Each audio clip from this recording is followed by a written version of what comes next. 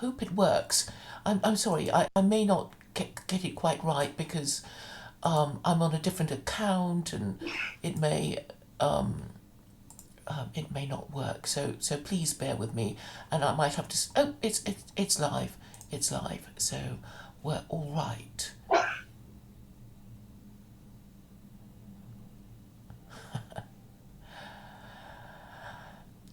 Hello, everyone. This is Claire Khaw, trying. I hope I will explain to Dr. Kevin Barrett of Truth Jihad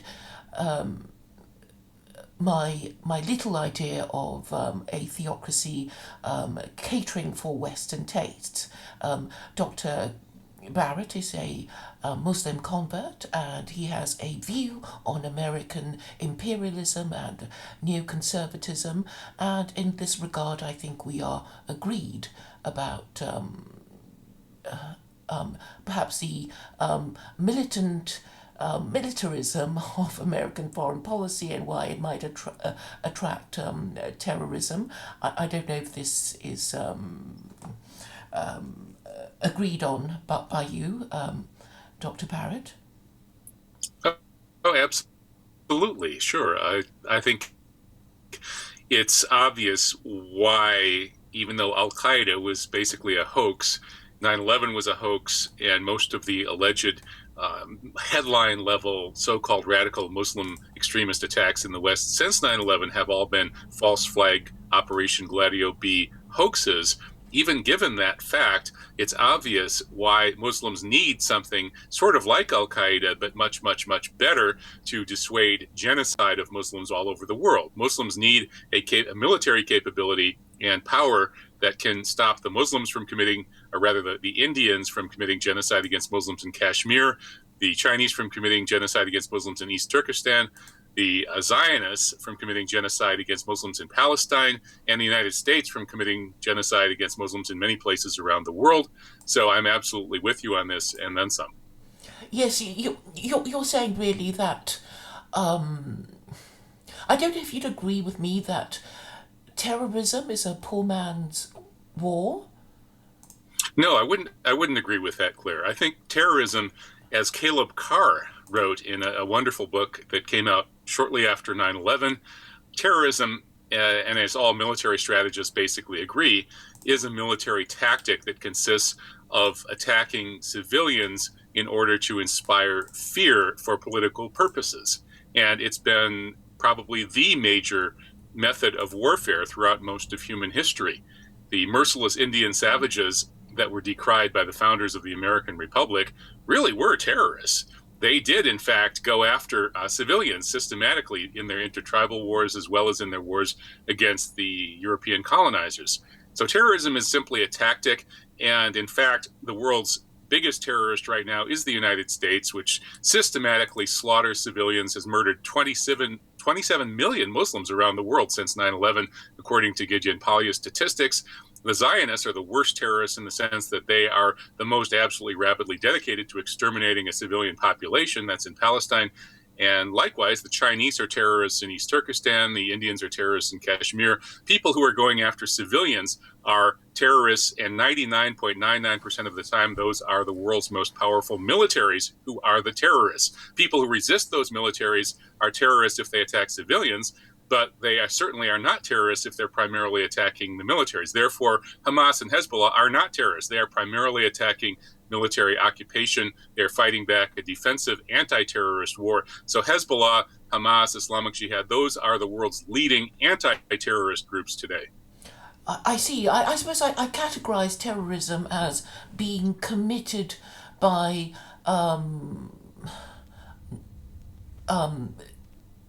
not by nations, but by groups, which is why I said that's a different issue. The question of whether people in a military struggle call themselves members of some uniformed military answering to some command structure as part of some nation state or some empire or what have you, that's all totally arbitrary. That has nothing to do whether it's terrorism or not.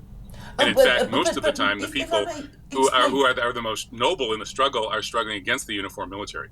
I understand why you might take this position, but I suppose I'm just dividing it in a perhaps legalistic sense. I'm not saying all wars are better than terrorism. I'm really categorizing the kind of violence committed for political reasons.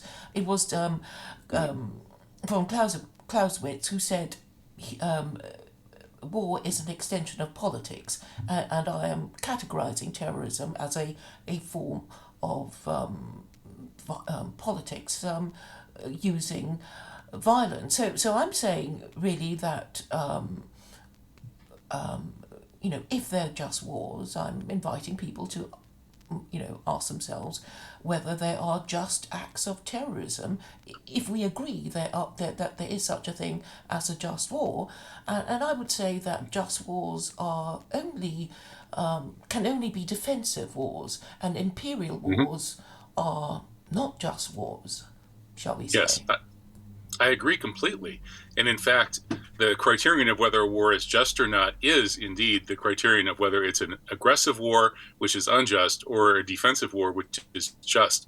And the Quran, of course, is very clear on this. Repeatedly, we're told that God does not love aggressors. Aggression is a crime. And the only legitimate struggle is a defensive struggle against the people who, as the Quran says, would throw you out of your houses, throw you out of your land.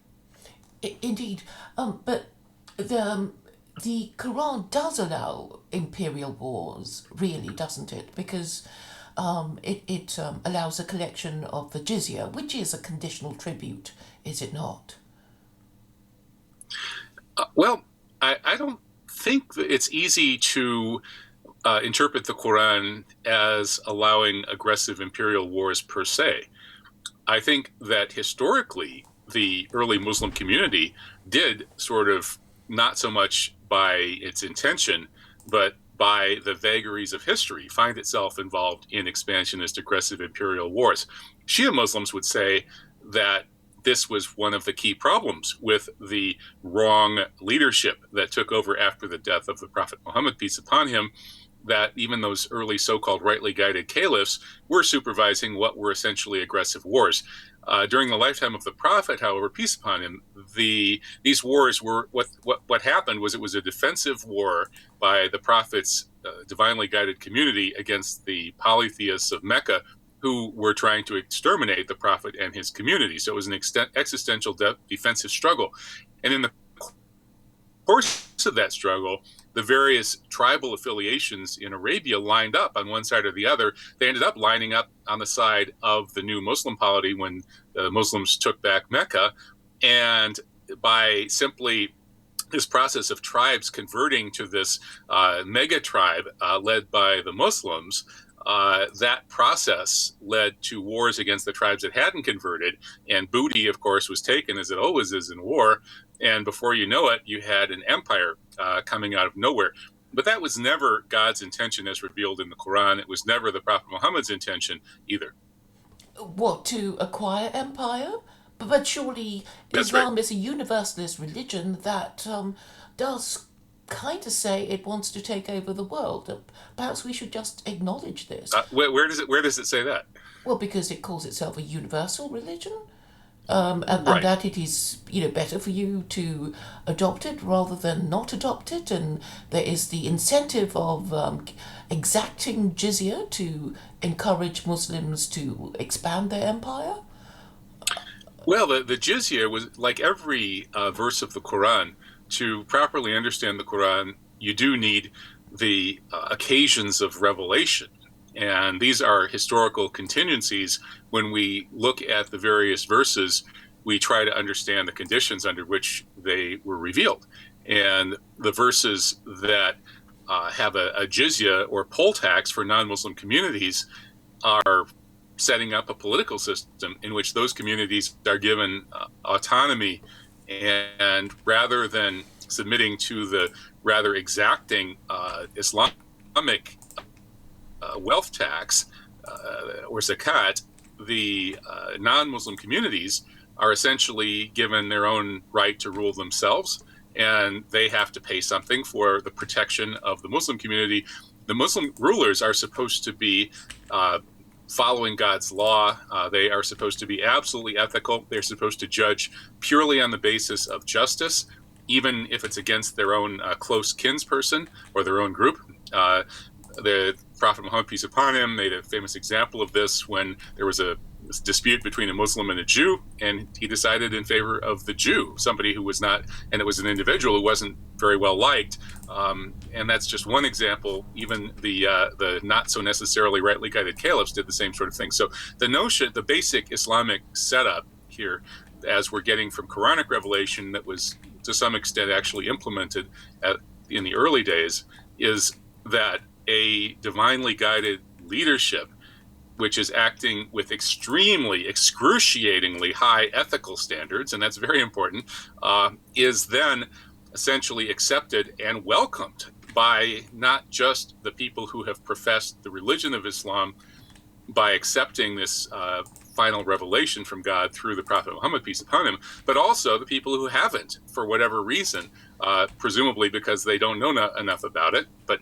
again, people, there's no compulsion in religion, the Quran tells us. So that's the basic model. And that jizya or poll tax is not actually supposed to make the Jews, the Christians, or the Sabbateans, or whoever it is that's not technically a Muslim, miserable and oppressed. On the contrary, that poll tax is probably a lot lighter than the zakat plus voluntary charity that's demanded of Muslims. The most early Muslim rulers lived in tents, and they allowed Byzantine Christians and Jews to keep basically all of their wealth and be vastly wealthier than they were.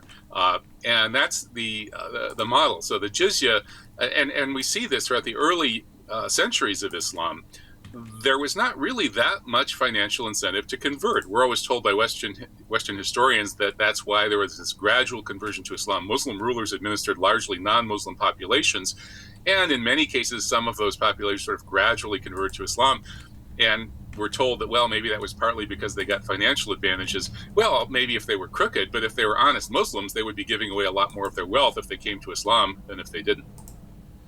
I see, but I thought the jizya was a kind of, I call it a conditional tribute in that if you converted to Islam, you escaped it, you avoided it, and it was a bargain. And if you maybe said to the country that you successfully invaded, well, you can convert to, if you can, impose Sharia on your populace, as you would have to do if you converted to Islam, maybe we can go and attack another country and exact jizya from them. Maybe that's why Islam took over the Middle East so quickly, because it was really a very clever book of bargains with quite subtle incentives to make people willingly participate in this joint venture of imperialism.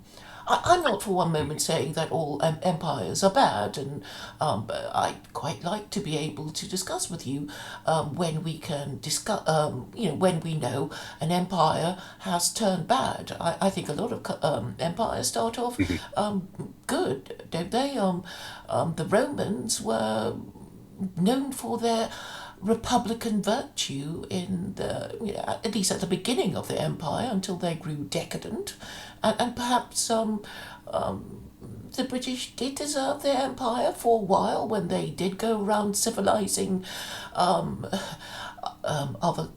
Africa and perhaps other countries by building railways and giving them the rule of law, and then perhaps they lost the merit that they originally had. I certainly don't want everyone to think that all empires are bad per se, because all great civilizations are based on great empires, are they not?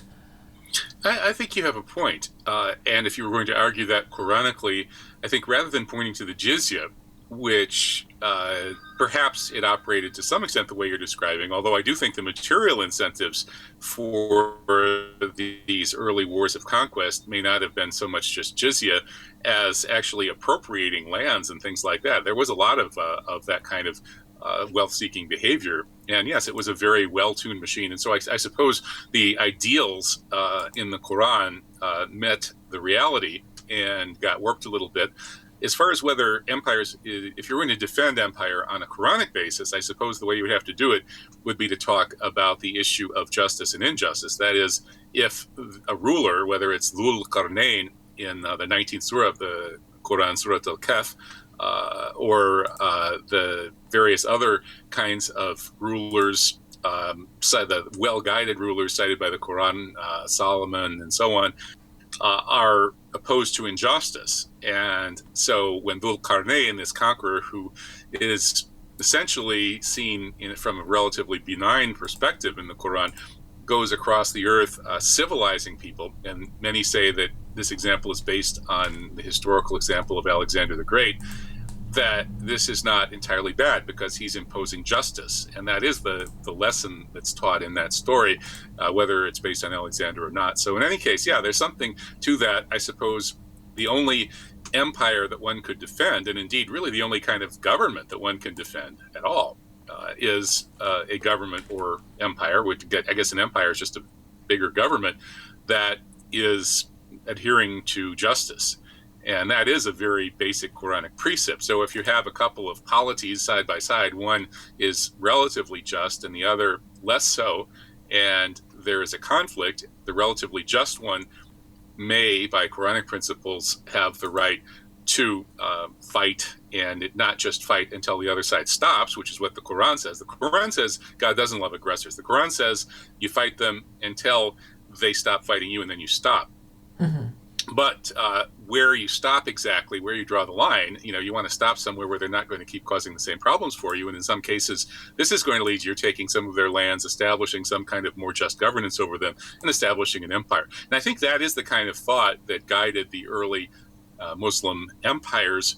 And I think that's one reason that many of these early Muslim empires prospered, was that they were relatively just to everyone. And then to the extent that they didn't prosper, it was because they weren't just enough. And a clear example of that is the history of Islamic Spain, or Al-Andalus, where, and that's not the only one, it's just one of many, where the early Arab Muslim conquerors were not just enough to the people who converted to Islam, but were from other ethnicities, and perhaps to non-Muslims as well.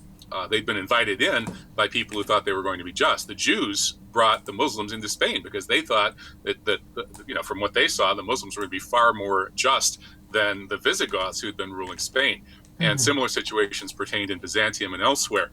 But once the Muslims were in charge, there's always human nature to deal with. The nafs al-amara bisu, the ego that desires evil, is a basic force in human nature. Greed, desire for power, wanting to be above other people. As the shaitan, or Satan, said, I am better than him. That's the basic flaw, or the basic thing we have to fight or struggle against or work against in human nature. And so the early Islamic rulers in Spain were not fair to the people, the Berbers, for example, who joined them in that conquest. They weren't fair to other rulers in Spain, and that led to rebellions. And if that hadn't happened, yet had the early Muslim rulers of Spain been more just, they undoubtedly would have taken over all of Western Europe, which would be Muslim today.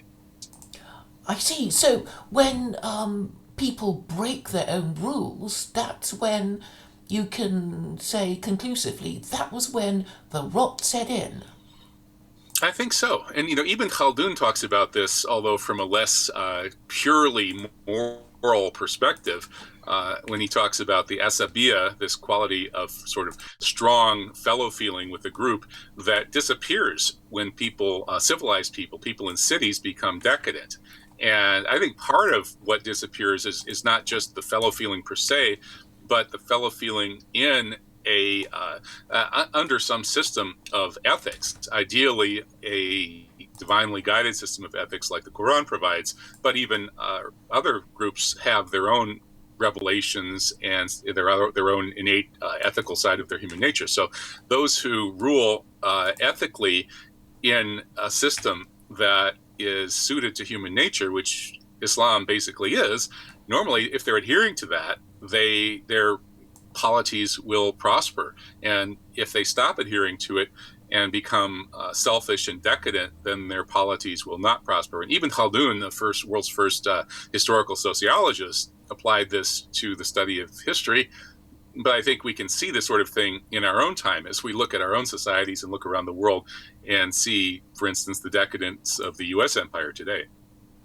Yes, and would you say that the Americans routinely flout their own constitution? To say the least. I mean, and this has been the failing of the European empires too. The European empires collapsed after World War II in large part because they had been so unsuccessful at applying their own ideals in their colonies. And the colonized people were educated under these empires, and they read about these high ideals of these empires and said, well, why are you treating us like slaves? We're going to revolt.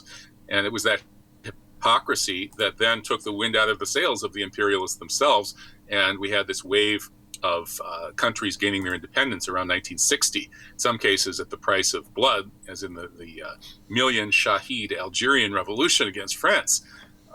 So yes, absolutely. The U.S. today is following that same path of pretending to virtue, but hypocritically in a Machiavellian or Straussian neoconservative manner, and actually acting in an extremely unvirtuous way, which everybody in the world can see. The whole world knows that the war on Iraq, the war in Afghanistan, these were unjust wars based on lies. Even the people who aren't fully aware of how obvious 9/11 is a hoax, the buildings were blown up with explosives. They obviously didn't just fall down from plane crashes and fires. But even the people who haven't gotten into the details on that issue know, and everybody knows, Trump has said that Bush should be impeached for the lies about these wars. And the way the Americans behave once they get into these places, far from being well-disciplined troops who follow good old American virtues, they rape and they pillage and they slaughter. And in the rare occasions when one of the extreme psychopaths gets caught, like this guy that Trump just pardoned, he ends up with a presidential pardon. So the level of ethics and morality in today's U.S. empire is just off the charts bad, and the level of hypocrisy is off the charts, and everybody in the world can see it. And the U.S. has lost what the Chinese used to call the mandate of heaven, and the world knows that. So the American empire will not be ruling the world much longer. We can do this analysis whether from a moral kind of spiritual perspective in the mandate of heaven, or we can do this from a geopolitical, historical perspective. But however we look at it, it's pretty obvious that within a couple of decades, the U.S. will no longer be the world's most powerful country, and it will have retreated from its string of military bases around the world, and very likely its cultural power will have waned as well. Well, that's the thing, isn't it? The whole point of governance is that you can't do it by force because you really don't have enough, soldiers and police to make people obey the laws. They have to be obeyed, willingly, instinctively. And I think when you talk about the mandate of heaven, this was something I think Confucius built on in that he was basically saying that there would be no peace without justice, and the perception of a just ruler will give his kingdom or empire confidence from those governed, and then they will willingly obey his rules. But if they're unfair, if they feel only exploited and abused, then they will reject it at the first opportunity. And I suppose there can be no justice without truth.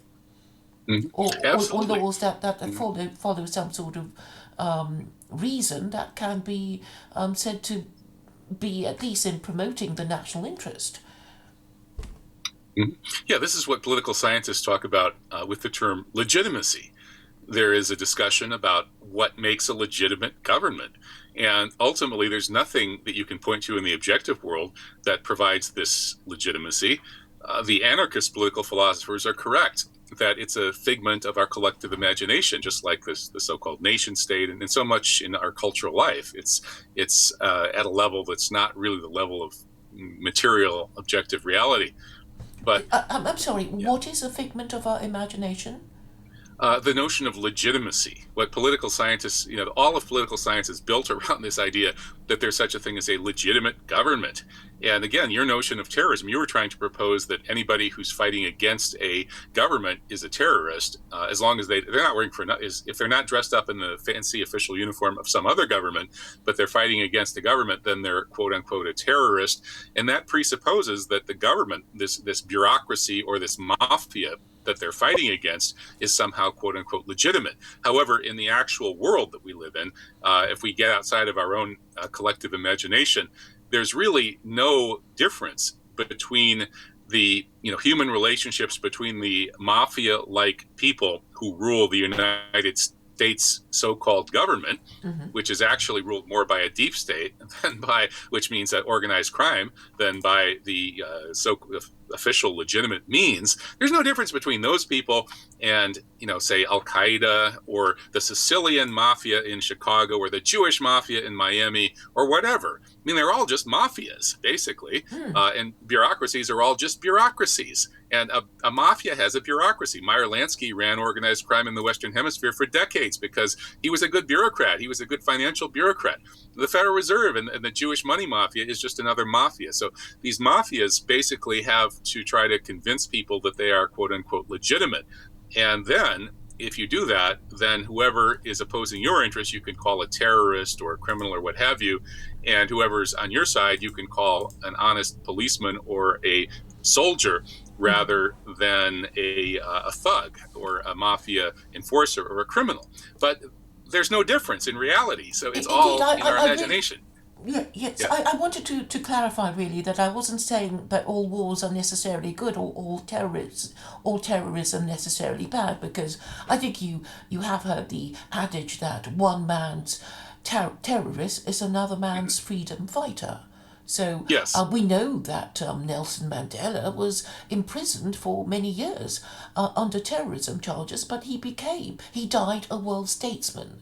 So there is nothing, and the same with the with Sinn Féin. Right, but see, the problem is that the word terrorism has these two senses. It's a little bit about the way the word Jew can be used both to denote an ethnic group or tribe or a religion, and they can slide back and forth according to which is more beneficial to them. And likewise with the word terrorist, at one level, it means, as I said, the correct military meaning of it is terrorism is a military tactic, which consists of attacking civilians to spread fear, and people hate it. Everybody hates terrorists for that reason. Who likes somebody who's running around killing civilians? Well, but then the other meaning, the one that you're suggesting, is that you can use the word terrorist to mean just somebody who is fighting a supposedly legitimate government. Well, let's say I happen to think that the Muslim Brotherhood is a legitimate government and the so-called United States government is just a mafia, just a deep state.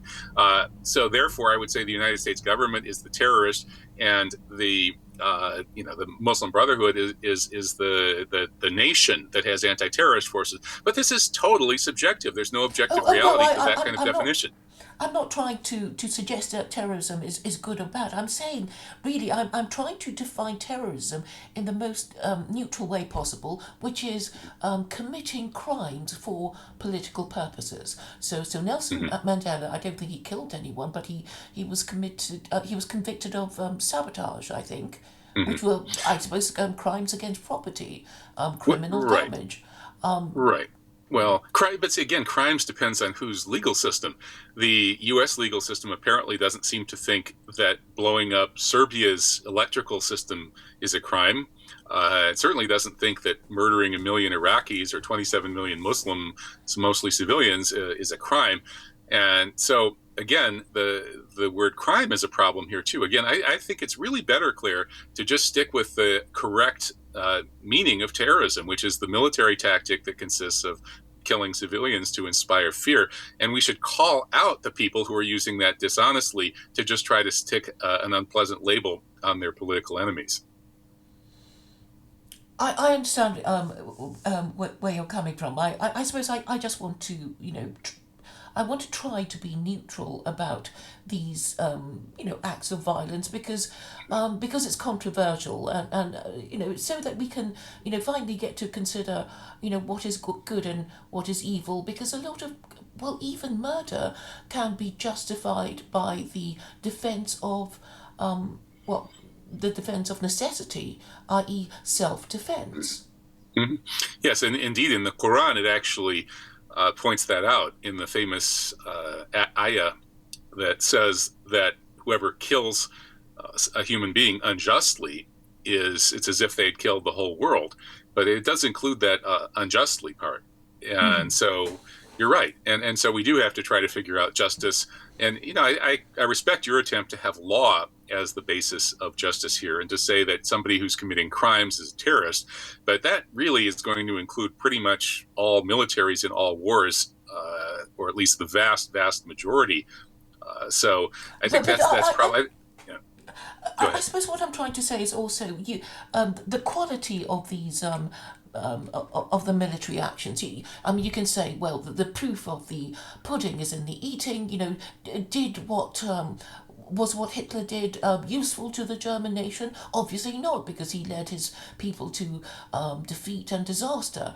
And you can, in a way, or perhaps it's too soon to say, because you need the historical perspective to say, well, Rome rose and fell. What happened, and why did they? Where did it go wrong, and that kind of thing.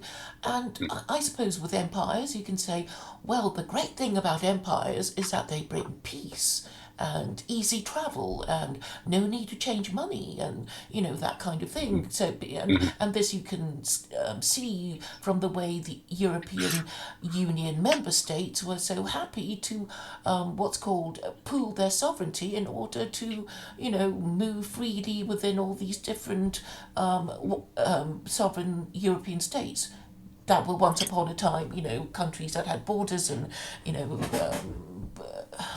officials who checked who came in and went out of their countries. They were obviously prepared to, pool their sovereignty and agree to be ruled as one empire, which is what the EU is, in order to have these conveniences until the people objected, because free movement of people meant uncontrolled immigration, and this is something that Americans also complain about. And but then they're not under the EU, so one wonders whether there is some other common factor that links them to this great wave, it seems, of populism and nationalism that now frightens the what I like to call the matriarchy so much. Mm-hmm. Yeah, I think there are certainly underlying factors. Maybe we should move on to your discussion of the matriarchy. I think that's fascinating.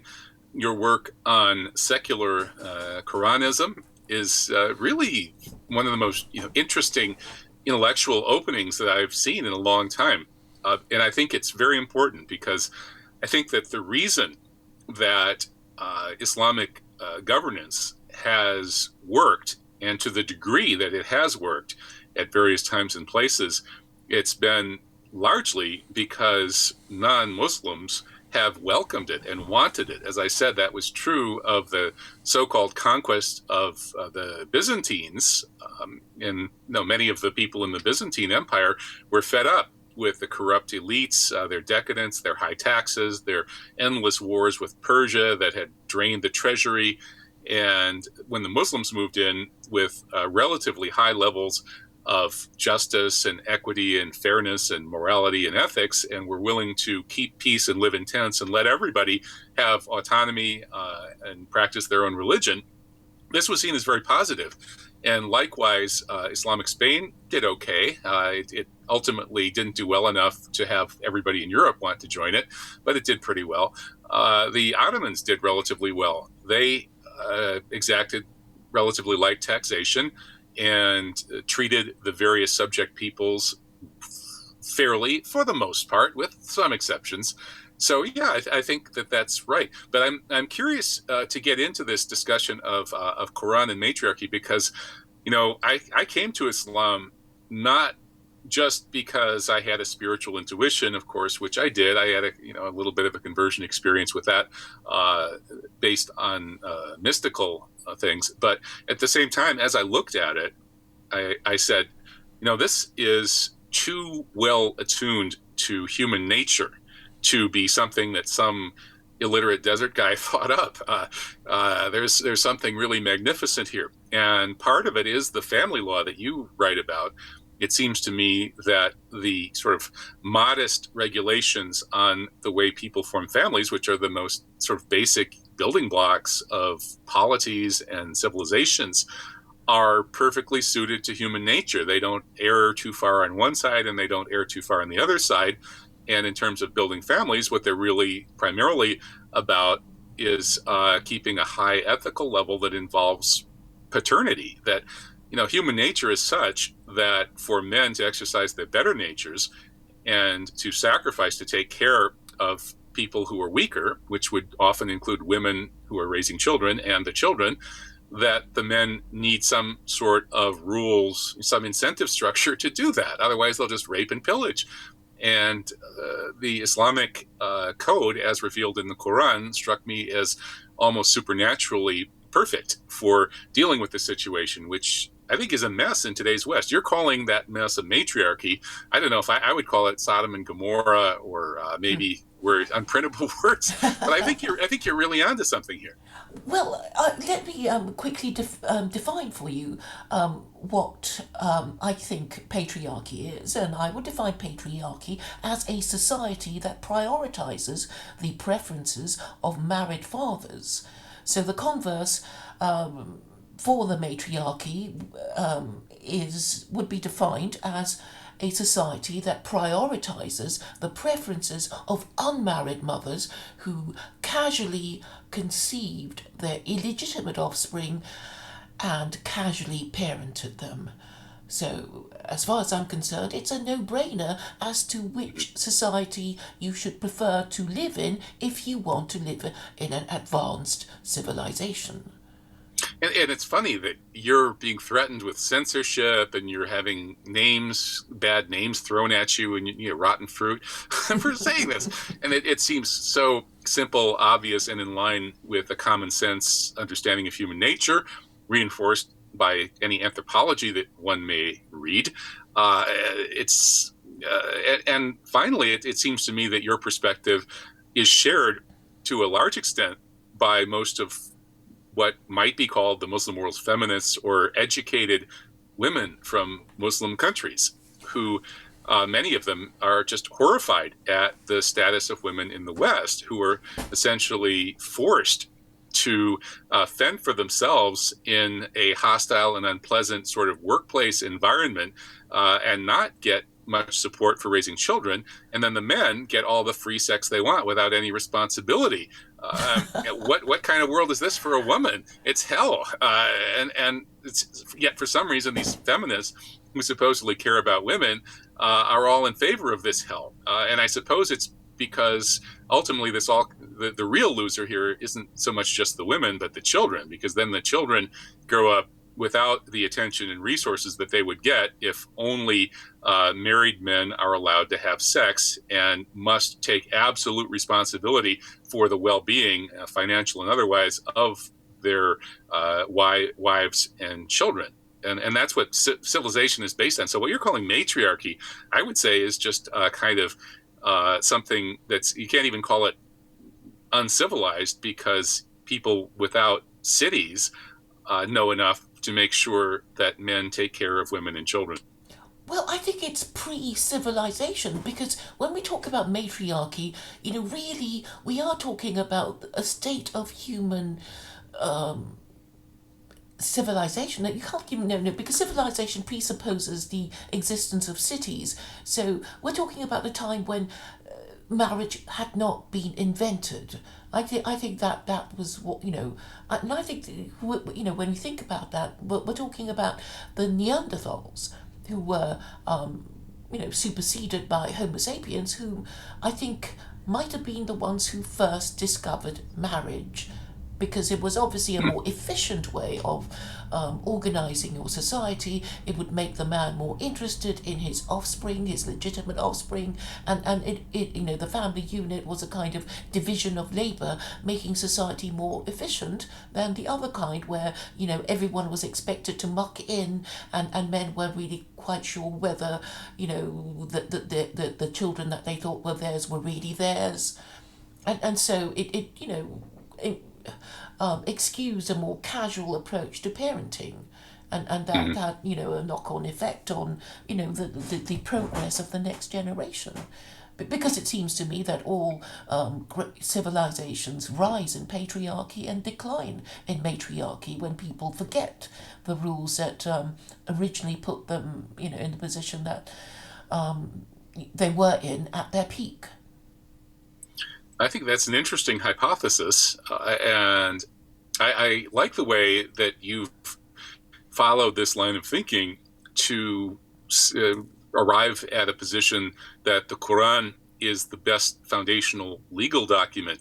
And I assume that you're saying for everything, not just family rules and regulations, not just to reinstate patriarchy, which you're defining as a system that offers these incentives. And I would say it's not just offering preferences for married men, but both positive and negative incentives that ultimately are incentives for men to be married and therefore take responsibility for taking care of wives and especially children. And so that is clearly the Quran is very well tuned, finely attuned to achieving that task. And I'm wondering how you see it in the larger picture, because I think that aspect of the legal ramifications of Quran, it is part of a larger gestalt or a holistic kind of setup that is geared towards helping people live and achieve their highest spiritual potential and ultimately reach inner peace at worst and closeness to God, or a kind of expanded consciousness that's closer to the divine consciousness at best. So I see it as all part of that whole. And your secular Koranism would, on the surface, seems to give short shrift to the sort of spiritual dimension of this. And I'm wondering, so why would you do that? And why would you be a secular Koranist rather than just a Muslim Koranist? Well, because I think it's very important to emphasize that secular Koranism is a legal system and not a belief system, because you know how these Islamophobes react. They'll say, oh, you're going to force your Islam on us and you're going to cut off our heads if we won't convert to Islam. You know the usual thing they say. With their hatred and fear, and so I think it's very important to at least emphasize how it's going to work, and to call it by this apparently oxymoronic name will at least give them pause. So I will have the chance. So they will ask the obvious question, and so I can give them the answer that secular Koranism is a legal system, not a belief system, and a legal system only requires that you obey the laws, and it is a system of laws that actually guarantees your freedom of belief under chapter 2 verse 256, which says there is no compulsion in belief, truth stands clear from error. And it is also what I believe was the foundation of the First Amendment. And Thomas Jefferson, I believe, did own a copy of the Quran and read it. Did he not? I don't know if yes. Yes. But it seems to me, though, that traditionally the Quranic or let's call it Islamic, because the Quran has been interpreted in light of the Hadith, which Quranists downplay or sometimes outright reject.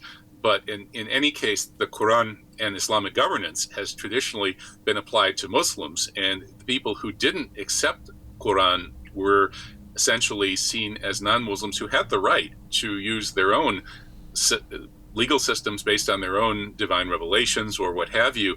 And so the Christian quarter of town could run itself according to Christian rules and serve alcohol and pork. and the Jewish section of town could take the day off on Saturday and follow Jewish law. And then the Muslims who ran the whole show, or who kind of provided security for the whole show, would just make sure that nobody messed with anybody. And so non-Muslims never had to follow any Quranic rules. They follow the rules of their own group. So when you're proposing to have non-Muslims following Quranic rules, that's not only more user-friendly for the non-Muslims that you're trying to win over, but in another sense, it's less user-friendly, because if you just said, look, you guys are so afraid of Sharia law doesn't even apply to you. Sharia law means that you can run your own affairs in your own part of town. And then if you tell them, no, you're going to have to follow the Quran, I would think they would be a little more scared. Well, I mean, I have to explain to them that, pubs will be allowed alcohol, the usual, don't be drunk and disorderly in public. Yes, of course, you can have your, pork and your ham and your, because the whole idea of secular Koranism is that it acknowledges the existence of non-Muslims who will be allowed these things. So I don't see what the problem is. But okay, so I see. So it's not, you're not just saying you non-Muslims need to follow the Muslim laws about family that provide the basis of patriarchy and sane society. So if they don't have to follow the Islamic law on pork and alcohol, why do they have to follow it with regards to the family? Because the whole thing about being a Muslim is that you're a Muslim, so you avoid pork and you don't have pork and alcohol or gamble. But if you're not, you could be allowed it, or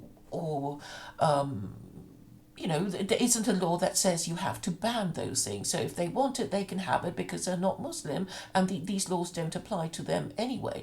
But as for unmarried parents, it's obviously bad whether you're Muslim or not. So that should be punished in, as per chapter 24, verse 2.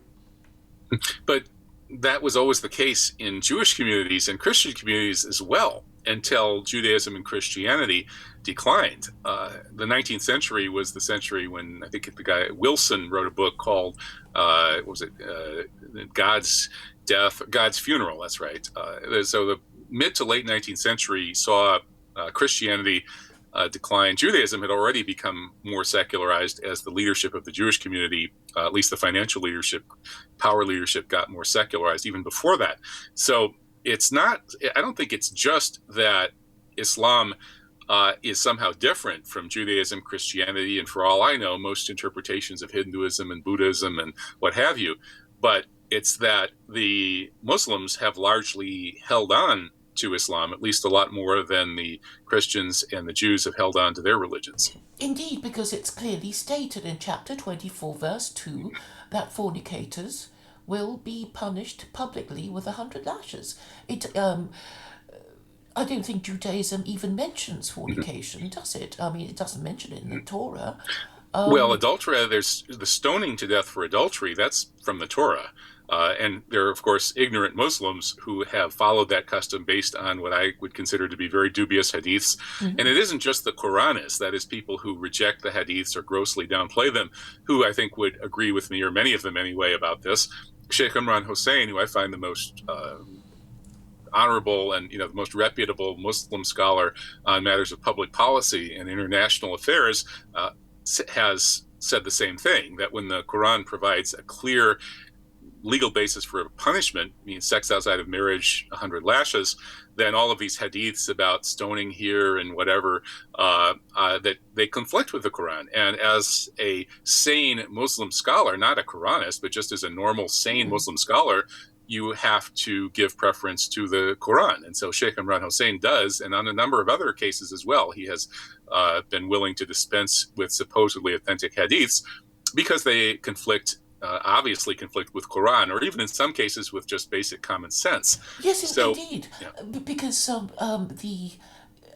clearly the Quran is believed by Muslims to be the directly revealed word of God in classical Arabic, and even Muslims are not claiming that the Hadith comes from God. It's just the narratives of the companions of the Prophet. Yes, and in fact the Hadiths were collected and written down a couple of centuries after the fact, and they included all kinds of bogus material, and the compilers of the Hadith did a marvelous job of scholarship trying to sort through and figure out which ones were more sound, more authentic than others. And we should respect that. And I think it's in a common sense approach to Islam, which some Muslims follow more than others, I think we would look at Hadith, just like Sirah or prophetic biography, as a contextual aid to interpreting Quran. But ultimately, the last word always has to be with Quran, which is well preserved and divinely inspired, and really includes enough material to give us a basis for guiding ourselves spiritually and legally. Yes, because most of the unpleasant things one hears about Islam comes from the Hadith, doesn't it? Yeah, if you want to cherry pick stuff to make Islam look bad, the richest pickings would be in the Hadith literature, which is a vast, sprawling corpus of sayings allegedly attributed to the Prophet, peace upon him. And so some of them, a great many of them, perhaps most of the sound ones, can be at least taken as, well, yeah, maybe he really did say that, and this provides some context about that situation. Some of them, the ones that are universally regarded as wrong, or weak, not so much. So it's all good. It's all well and good to using common sense with context. For instance, if the Quran, tells us to prostrate in prayer and so on, and maybe to pray at dawn and at dusk, or in another place to make sure you pray in the middle of the day, that doesn't give us the 5 daily prayers per se. We get the correct way of doing the 5 daily prayers that most Muslims pretty much agree on, by a combination of that material from Quran and then a little bit more specific stuff from Hadith, and there's no real reason to question it. So it makes sense to say we should agree on this and just do it that way and not endlessly haggle about tiny little details. So I think the Hadith is very useful for that, and most Muslim scholars would agree. I think some have gone too far and gotten too deeply into worshipping Hadith, which is almost a form of shirk, or false idolatrous worship. They're putting Hadith on a pedestal that it never was meant to be on. And that, I think, has maybe been one of the sort of basic core mistakes of Islamic scholarship through the ages. It's good to see people like Sheikh Imran Hussein starting to correct that mistake. I don't think we need to be fanatics about it and say we're going to overturn all of the traditional Islamic scholarship, because that traditional scholarship is pretty good. And even with goofy hadiths, most of the scholars have been commonsensical and found ways to sort of reconcile them with common sense and with the Quran. But then there are plenty of exceptions. Go to Saudi Arabia and you'll find these, or even Egypt, and you'll find these crazy Islamic scholars, saying that, it's okay to work in an office where there's a woman present that is unrelated to you, as long as she lets you suck on her breast, and that makes you her brother. Oh dear. You can't make this stuff up. So yeah, I mean, if you have no common sense at all, you can take these hadiths and do all kinds of crazy things with them and make Islam look insane, which unfortunately has happened. But it seems that a lot of Muslims haven't read the Quran, but perhaps it's not so surprising, because a lot of people who call themselves Christians have not read the New Testament either. And it seems to me that the reason why Westerners maybe stray from the straight path is because the New Testament is so vague and so extremist that it just seems safer to ignore it altogether, perhaps. I think the New Testament is a beautiful document, and it's just hard to remain at the level that it's asking you to remain at, where you're going to turn the other cheek whenever somebody slaps you. You're going to trust in God to the point that you're going to wander out into the desert without any food or water, because God will provide you with food and wine from heaven. Well, maybe I'm exaggerating that part, but God is telling you, God's telling you in the New Testament to drop everything and just follow this guy. It's asking for a really extreme kind of spiritual transformation, and once that happens, we're supposed to be in the kingdom of heaven, where we love everybody and share everything. And maybe that would be the case if we followed God's rules perfectly, even if the rules in the Quran as well. I don't know, but that kind of extremism, as you put it, makes it very hard for Christians to really follow Jesus. If they did, they would have to live a lot more like my Mennonite and the various other sort of Christian groups around here, the Amish and people like that, these pacifists and so on. They're much more real Christians. They're really following what looks to me to be the message of the New Testament. But sort of ordinary people in ordinary life have a hard time with that. And maybe part of the reason the Quran was revealed was that this Jesus's divine message was unable to transform humanity overnight. And so another version of the same message needed to come out that would be a bit more practical and applicable to humanity at the level that it was, all the while reserving Jesus the Messiah, coming back and setting things right. And for Muslims as well as for Christians, Jesus is the Messiah, and Jesus is coming back in the end times, which could be any day now, the way things are going. And so we agree with the Christians on that.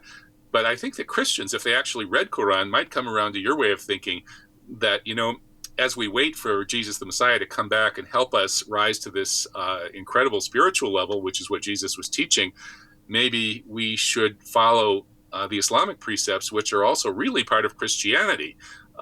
Islam, rightly seen, is a version of Christianity, and it's only pigheadedness that makes some Christians call it a heresy, like they would call other people who didn't accept the various kinds of decisions that were made in the history of Christianity. Anybody who went in the wrong way on this or that decision is called a heretic. And likewise, people who've accepted this plainly divinely revealed scripture, the Quran, they're considered heretics as well. I think Christians should be more tolerant, both towards each other and towards Muslims, who are really part of this larger group of Christians. That is, people who accept Jesus's divine mission as bringing this incredible, extremely advanced spiritual message from God, and an extra holy man who was conceived with God's holy breath. He's the Ruh al-Qudus, and he's coming back at the end of time to set things right. Muslims and Christians all agree on that part. So maybe Christians should sort of rethink their adherence to some of these dogmas that have been inflicted on Christians through the ages. And if they did that, and then they went and read the Quran, and they read all three Gospels, and they're going to see that the Quran is really the most commonsensical and most applicable in ordinary life of the three. Yes, they seem so crippled by hate and fear that they probably have made up their mind in advance, saying, well, I will never read the Quran because I don't ever want to become a Muslim, because then I would lose all my friends who hate Islam and hate and fear Islam and Muslims to the same degree that I do, and I don't want to give up all my friends. I think basically, their hatred has become their identity, and it's beyond reason, because they've already said, I'm not going to change my mind, whatever you say. Yes, and I know what I am and who I am, and I hate Muslims, and I hate Islam. Mm-hmm. Well, this kind of pigheadedness is a peculiar affliction of many religious people from all nominal religions. I think Christians may have got an extra heavy dose of it, though. It was Tertullian who famously said, I believe it because it's absurd. As a sign of faith, as a sign of my... But the thing is, I don't think faith need be irrational. It merely... I can be said to have faith even though I'm agnostic, because, this is my low maintenance faith. Let me explain this. I can consider the possibility that the Abrahamic God might exist, and therefore, if I followed his laws, he might be disposed to help me, and that is enough. Yeah, I think that's reasonable. You could go a little deeper into it and pursue, well, there are many ways of pursuing what is really meant by this word God. And I've done that since having spiritual experiences when I was young. And I think that as Islam says better than anybody, the word God is always going to be inadequate to its object. All words are inadequate to their objects, but this word in particular. And so we have these 99 names of God, which are wonderful to meditate on in Islam, to give us that, to evoke the spiritual insight, to understand what this means. And then there's the perennialist tradition that says that God has revealed him, her, itself to people from all different nations and tribes and traditions down through the millennia, and that they all have elements of authenticity. And so Rumi's favorite parable, or famous parable, of the blind man and the elephant does describe how God needs to be approached. And Islam has this kind of written into its revelation. Another reason that it's very compelling in claiming to be the latest and best preserved sort of final word from God. But if you stay with just simple agnosticism, I guess my problem with that is that the reality of what we're talking about here, that is, it isn't just that the Quran is a good legal code. We could probably come up with an equally good legal code if we study anthropology, notice how the Quran perfectly matches human nature, and then just write our own version of it. We could do that. But I think that we'd be missing sorry, yeah, it would be plagiarism. And we'd also be kind of, I think, missing the larger point here, which is that not only the Abrahamic religions, but other religious traditions as well, really are about something. They're not just sort of random, cultural hallucinations, nor are they, these symbol systems and ritual practices that just grew up out of nowhere for social Darwinian reasons or what have you. They actually describe a kind of reality. And the mystics from all traditions, and shamans as well, have been participating in some of the larger reality that religions discuss. And that's why I think in religious studies, it's peculiar that the most influential figures have actually been Westerners who converted to Islam and believe that Islam was the final revelation, because they've studied all of the religions. And if you do that and recognize that there's a reality to them, that this is you're not just studying people's crazy collective hallucinations or their manifestations of Darwinian struggle, you're actually studying something very real. People have real experiences with religions, not just inner, but also outer. You can get into the miracle stories and the levitations of the Hindu ascetics and all this sort of thing, getting outside of space-time, all of that. There's a reality to the fact that religions generally have an aspect of them that teaches or provides a sort of a ladder that you could climb up and get a more comprehensive view of things. And you can climb pretty high. You can climb and get almost a God's eye view of things in certain respects. And that climbing that ladder is the process of becoming a mystic. And I think we all are mystics in a sense. We all have little flashes of insight about the larger reality. But most of us then go back to everyday life and let go of those. And that's a mistake. It's like in Islam, in the Quran, the signs of God, the ayatullah, the word sign is an ayah. And it also the word can mean miracle. So each verse of the Quran is a sign of God's presence, is a miracle. And likewise, we have these little miracles in our lives where we witness various aspects of God's creation that are actually signposts pointing back to the Creator, that evoke this intuitive mystical response, a response to a reality. And God is the ultimate reality, al-haq, with a capital H, I suppose. So I think that it's, I don't know. I mean, you have your own path, and I have my own path.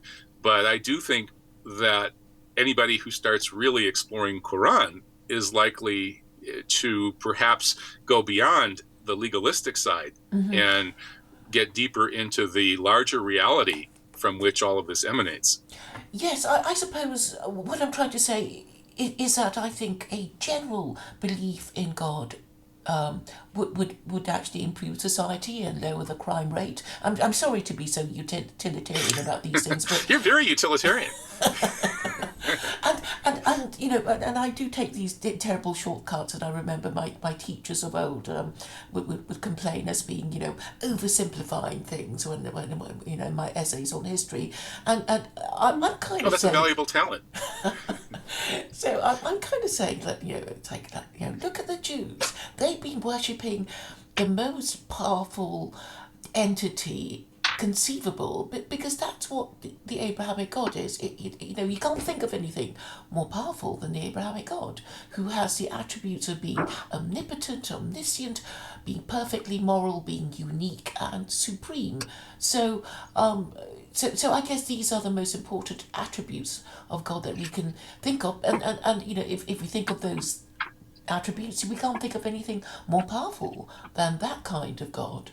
So Hmm. I suppose, for practical purposes, we have to, put him up there. And if we put him up there, everything kind of makes sense in how we choose to order our activities, our in deciding what to do. So we might think we feel like doing this, but maybe we shouldn't, because if we did this thing like steal or have sex with somebody who isn't our spouse, we're going to get punished, so we don't do it. But if there's no law there, we're more likely to take the option of indulging ourselves. So the other thing would be, we will perceive that something is moral, and that rule is in force, and the source of that morality is the supreme being. And therefore you ensure a greater likelihood of obedience to that law for a greater length of time, thereby helping your nation, your empire, your civilization remain in existence, if you care about such things. Yes, I think that's all true as far as it goes. And I do think that, in a sense, the revealed religions, in the sense that we're going to describe them or define them as a system of symbols and language and rituals that have been passed down for generations, are a very useful heuristic device that may not in and of themselves be this larger reality that they describe, just as no word can be the thing that it describes, least of all the word God. But this discourse on God in the revealed religions is not only a useful heuristic device, but I would argue at some level a divinely sent heuristic device, because at some level there's a level higher than normal human consciousness that knows what works in human society and what doesn't. But Are you talking as about you say, tradition when you say heuristic device? I'm sorry? Do you mean tradition when you talk about heuristic device? Well, yeah. Heuristic device is a sort of a shortcut that that works. A heuristic device. Maybe you can't fully philosophically lay out why it works.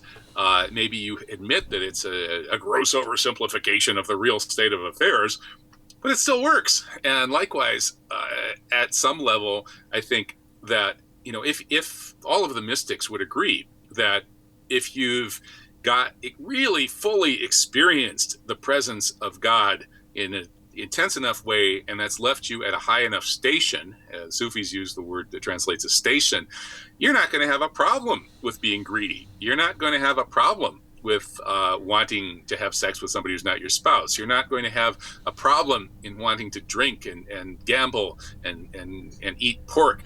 That's not really even going to be an issue for you.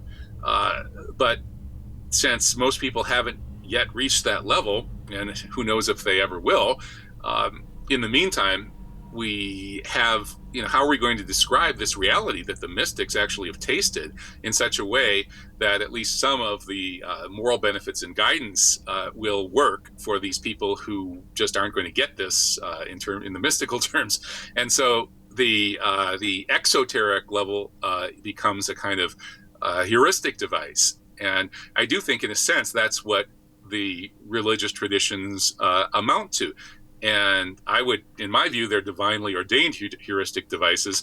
But if you want to be an agnostic, you could just say, well, these revealed religions are great heuristic devices, whatever the reality is, which is obviously much more complex. But these simple rules are good rules for societies to have. And not only that, it's good for the societies to believe that they're divinely ordained. Mm-hmm. But isn't there a problem there, Claire, where if you're an agnostic, so you don't know whether these rules are divinely ordained or not, but you're saying it's good that people should believe that, are you setting yourself up above the average person that you want the rule to guide? And isn't that a problem? Wouldn't it be better if you could somehow find a way to bring yourself to actually believe it? Well, I I think it would make it easier for me to sell secular Koranism if I say that I arrived at my conclusions, as a result of the exercise of reason without requiring anyone to take a leap of faith. I'm really relying on undisputed fact about, religion being a device to protect your group and give you membership of a group, thereby protecting you and giving you dignity and status. I mean, look at the Jews. They are the world's. I mean, apparently they're God's chosen people because it says so in their Torah, and they believe it. Maybe it is the fact that they believe it that gives them the confidence to do stuff. I think so. Yeah, I came to Islam primarily through reason and direct experience, and not so much really by a leap of faith. But there was, at some level, there was perhaps an element of that leap of faith. But to me, that was a relatively minor element. So I'm mostly following your methodology, only it got me right all the way to calling myself a Muslim and so on. And I think that if we look at all of the religions around the world anthropologically and take this view that you're taking, it does make a lot of sense, but it sure does put you in a strange position when you're telling people that they should believe, but you don't have to. And you have to be careful, or you might end up with the Straussian neocons. The Straussian neocons are self-appointed projection booth guys, behind in the back of Plato's cave, projecting what they see are lies or illusions on the wall of Plato's cave in order to mesmerize the chained up inhabitants. That's what they think religion is really all about. They're the ones in that projection booth. I've always been a bit skeptical about this sort of shadows on the wall thing of Plato. Anyway, I mean, and neoconservatism is really a euphemism, surely, of American imperialism. And of course, imperialism can be good or bad depending on how it is operated. I'm talking about the philosophy behind it, which is the philosophy of Leo Strauss, who was the lead student of Carl Schmitt. And of course, Leo Strauss, being Jewish, he had to flee Nazi Germany and leave the top Nazi philosopher Carl Schmitt. And Strauss set up shop at the University of Chicago and trained a generation of mostly Jewish acolytes, people like Paul Wolfowitz and Richard Pearl, to essentially take a Machiavellian Nietzschean approach to life, and then to play that out in the world of power and politics. And people like Michael Ledeen have said, this is primordially Jewish, that we Jews are the ultimate Machiavellians. But Jews Leo Strauss are not allowed to acquire empire because the borders of Israel have been defined in the Torah. So Jews of all people are not allowed empire. And I suppose all empires can overreach themselves, and there's always that danger. So you have to tread carefully, or you might lose it all in a roll of the dice, as the British did, or rather two rolls of the dice in 2 world wars declared on Germany. Well, I don't think that the neoconservatives are traditional Jews by any means. They are satanic, atheist neoconservatives who believe that all religion, including Judaism, is shadows projected on a cave wall by people like themselves to befuddle and control and exploit the masses. And I believe that it may be that some of these neocons have seen Judaism as a type of a higher type of this, projecting on the cave wall. They may even have kind of reviewed the history of Judaism and reread it with Satan in the place of Yahweh. Or there are those critics of Judaism like Laurent Guyonneau in his book From Yahweh to Zion, which I translated from French. I think it's the greatest book ever written on the Jewish question, which is why I spent years of my life working on it.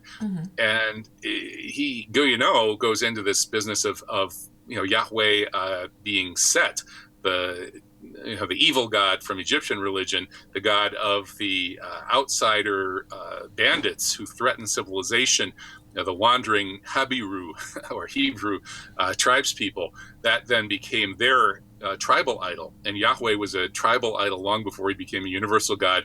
And this tribal idol is kind of satanic in various ways, very egotistical and jealous, steal other people's stuff, smash their gods and steal their stuff was his biggest motto.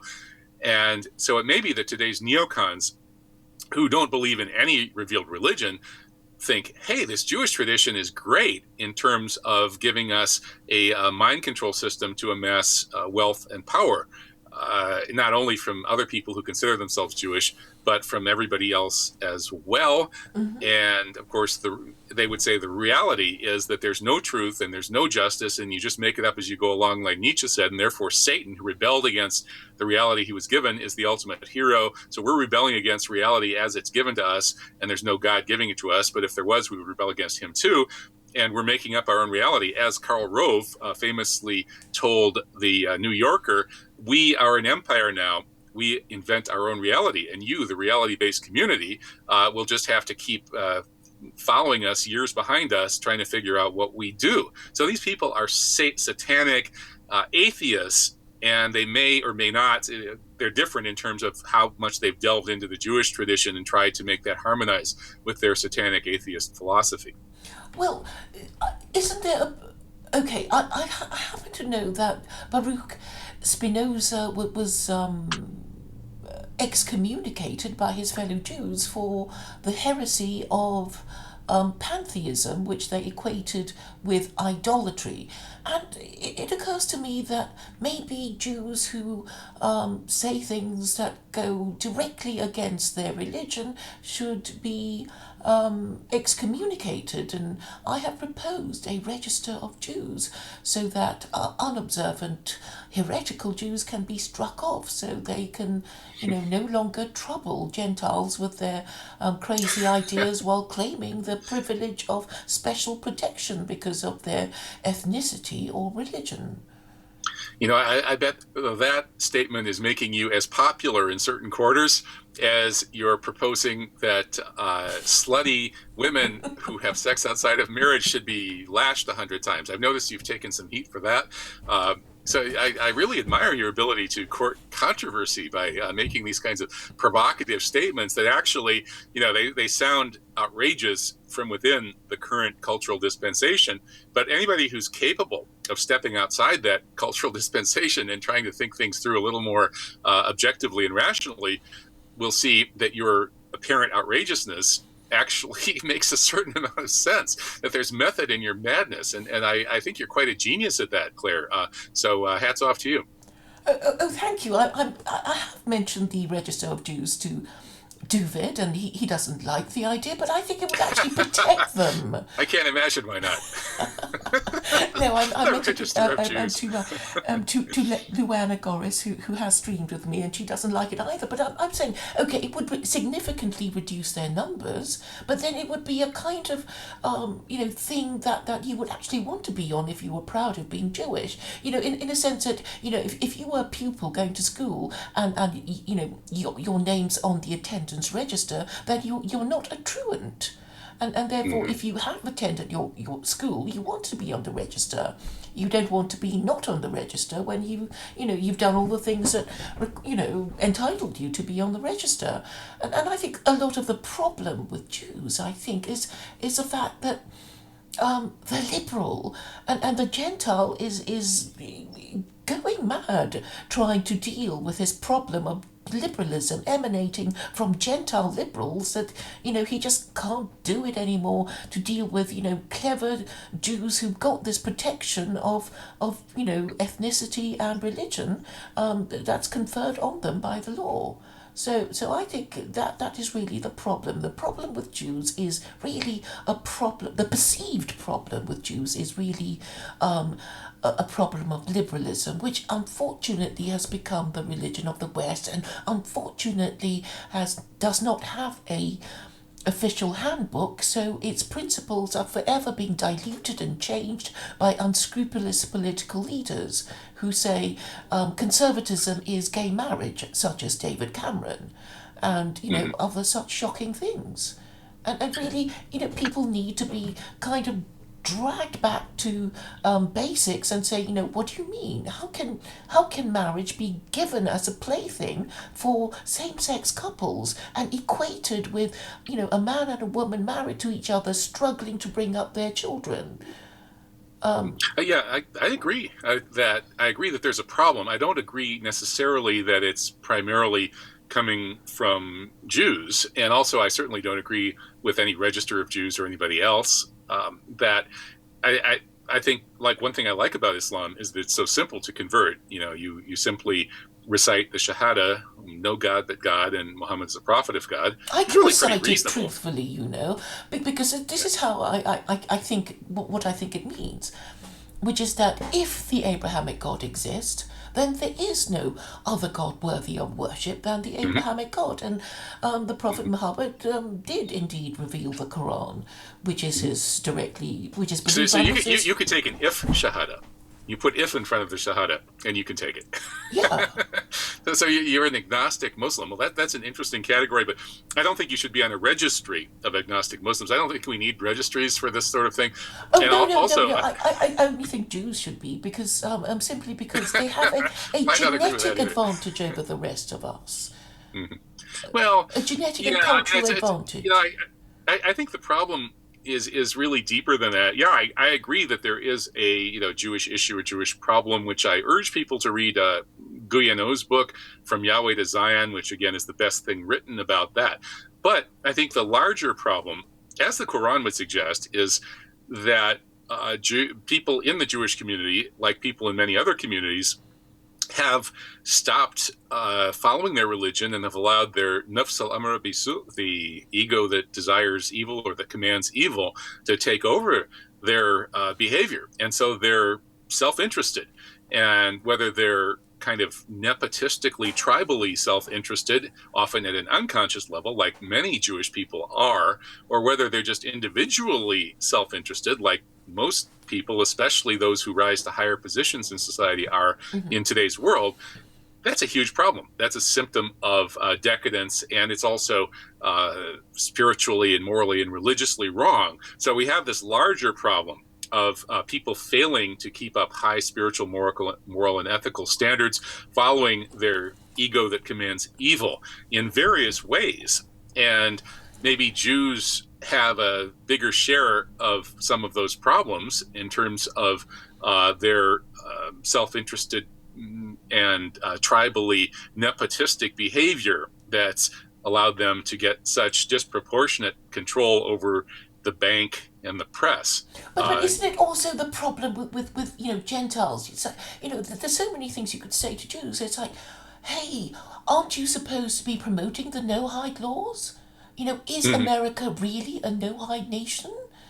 And apparently it is, because of Education Sharing Day, which is commemorated in 20th of March and to 20th of April, which is when the birthday of Rabbi Schneerson, the late Rabbi Schneerson, falls. And he's Chabad, and he says Jews have the duty to, or indeed were chosen by God to promote the no-hide laws, because it's a civilizing, they are civilizing ideas, and you can tell from the no-hide laws that it's not just about how righteous Gentiles should behave, but how a righteous Gentile nation should behave, because it obliges them to have a court system that presumably dispenses justice. And the justice that should be dispensed would be, off the top of my head, not eating animals while they're still alive, not committing sexual immorality, not stealing, not murdering, not committing blasphemy and idolatry. Yeah. So I've got them all. So basically, this is what the no-hide laws are supposed to be promoting. And sounds good to me. Bring on the no-hide laws and Sharia. Yeah, but thank you for mentioning Sharia, because the question then for Jews to answer is, which religion, Christianity or Islam, is more in conformity with the no-hide laws? Hmm. Well, And the yeah, answer is obvious, because yeah. Christianity is idolatrous. That's one answer. Theoretically, if people were true followers of the prophet Jesus, peace upon him, and followed his example, and even followed the New Testament, which may have been altered at some level. We have this notion of tahrif, the altering of the scriptures. But even if it's imperfect, I think if Christians genuinely follow the New Testament, like the mystics in all traditions, they wouldn't really have a problem with these kinds of ethical, moral issues. But the problem is that fewer and fewer Christians even make the effort to follow the divinely based moral teachings of their own faith. And Muslims, perhaps because they have a clearer and more sort of laid out for you commonsensical set of guidelines in the Quran, are in a better position. So I don't know if it's necessarily superiority per se of nominal Islam over nominal Christianity, but I do agree that if one were an honest Jew who would like to see no-hide laws followed, like our friend Duvid presumably is, one would presumably say, well, the only way we're going to get there is through Islam, because number one, Christianity, we've already pretty much destroyed Christianity, and number two, even if we hadn't, Christianity is kind of problematic in terms of its having these laws and moral guidelines in the first place. Well, that's the thing. I mean, it has been said that Christianity and hypocrisy walk hand in hand, and this must be because Christians are supposed to condemn idolatry while practicing it themselves. I mean, the doctrine of the Trinity is ipso facto idolatrous, isn't it? Mm-hmm. Yes, absolutely. Well, as I said, I came to Islam as it clear to me, the Islamic revelation, and especially the Quran, is the most sensible set of heuristics that fit what I understand of the universal religious experience, and the best set of guidelines for living the right kind of life on earth. Sorry? Are you aware of chapter 18, verse 4 of the Quran? Remind me which one that is. It says, admonish those who say God has begotten a son. Yes, I mention it to Muslims and say, oh, well, go away, Claire, shut up. No, I do admonish people with that. The way I see it, the reason I couldn't get my mind and soul and heart wrapped around Christianity as much as I love the Gospels is this notion that what it's really all about is that a perfect God created a radically fallen world and a radically fallen humanity that could only be redeemed by God torturing his son to death on the cross, and his son was really him. And so God committed suicide by torturing himself to death in order to redeem the perfect God's imperfect creation. I mean, no wonder Tertullian said that about I believe it because it's absurd. I mean, it's beyond absurd. It's completely nuts. Somehow it works for Christians. There are a lot, the greatest religious novel I've ever read is the Brothers Karamazov by Dostoevsky. It's the great Christian novel of all time.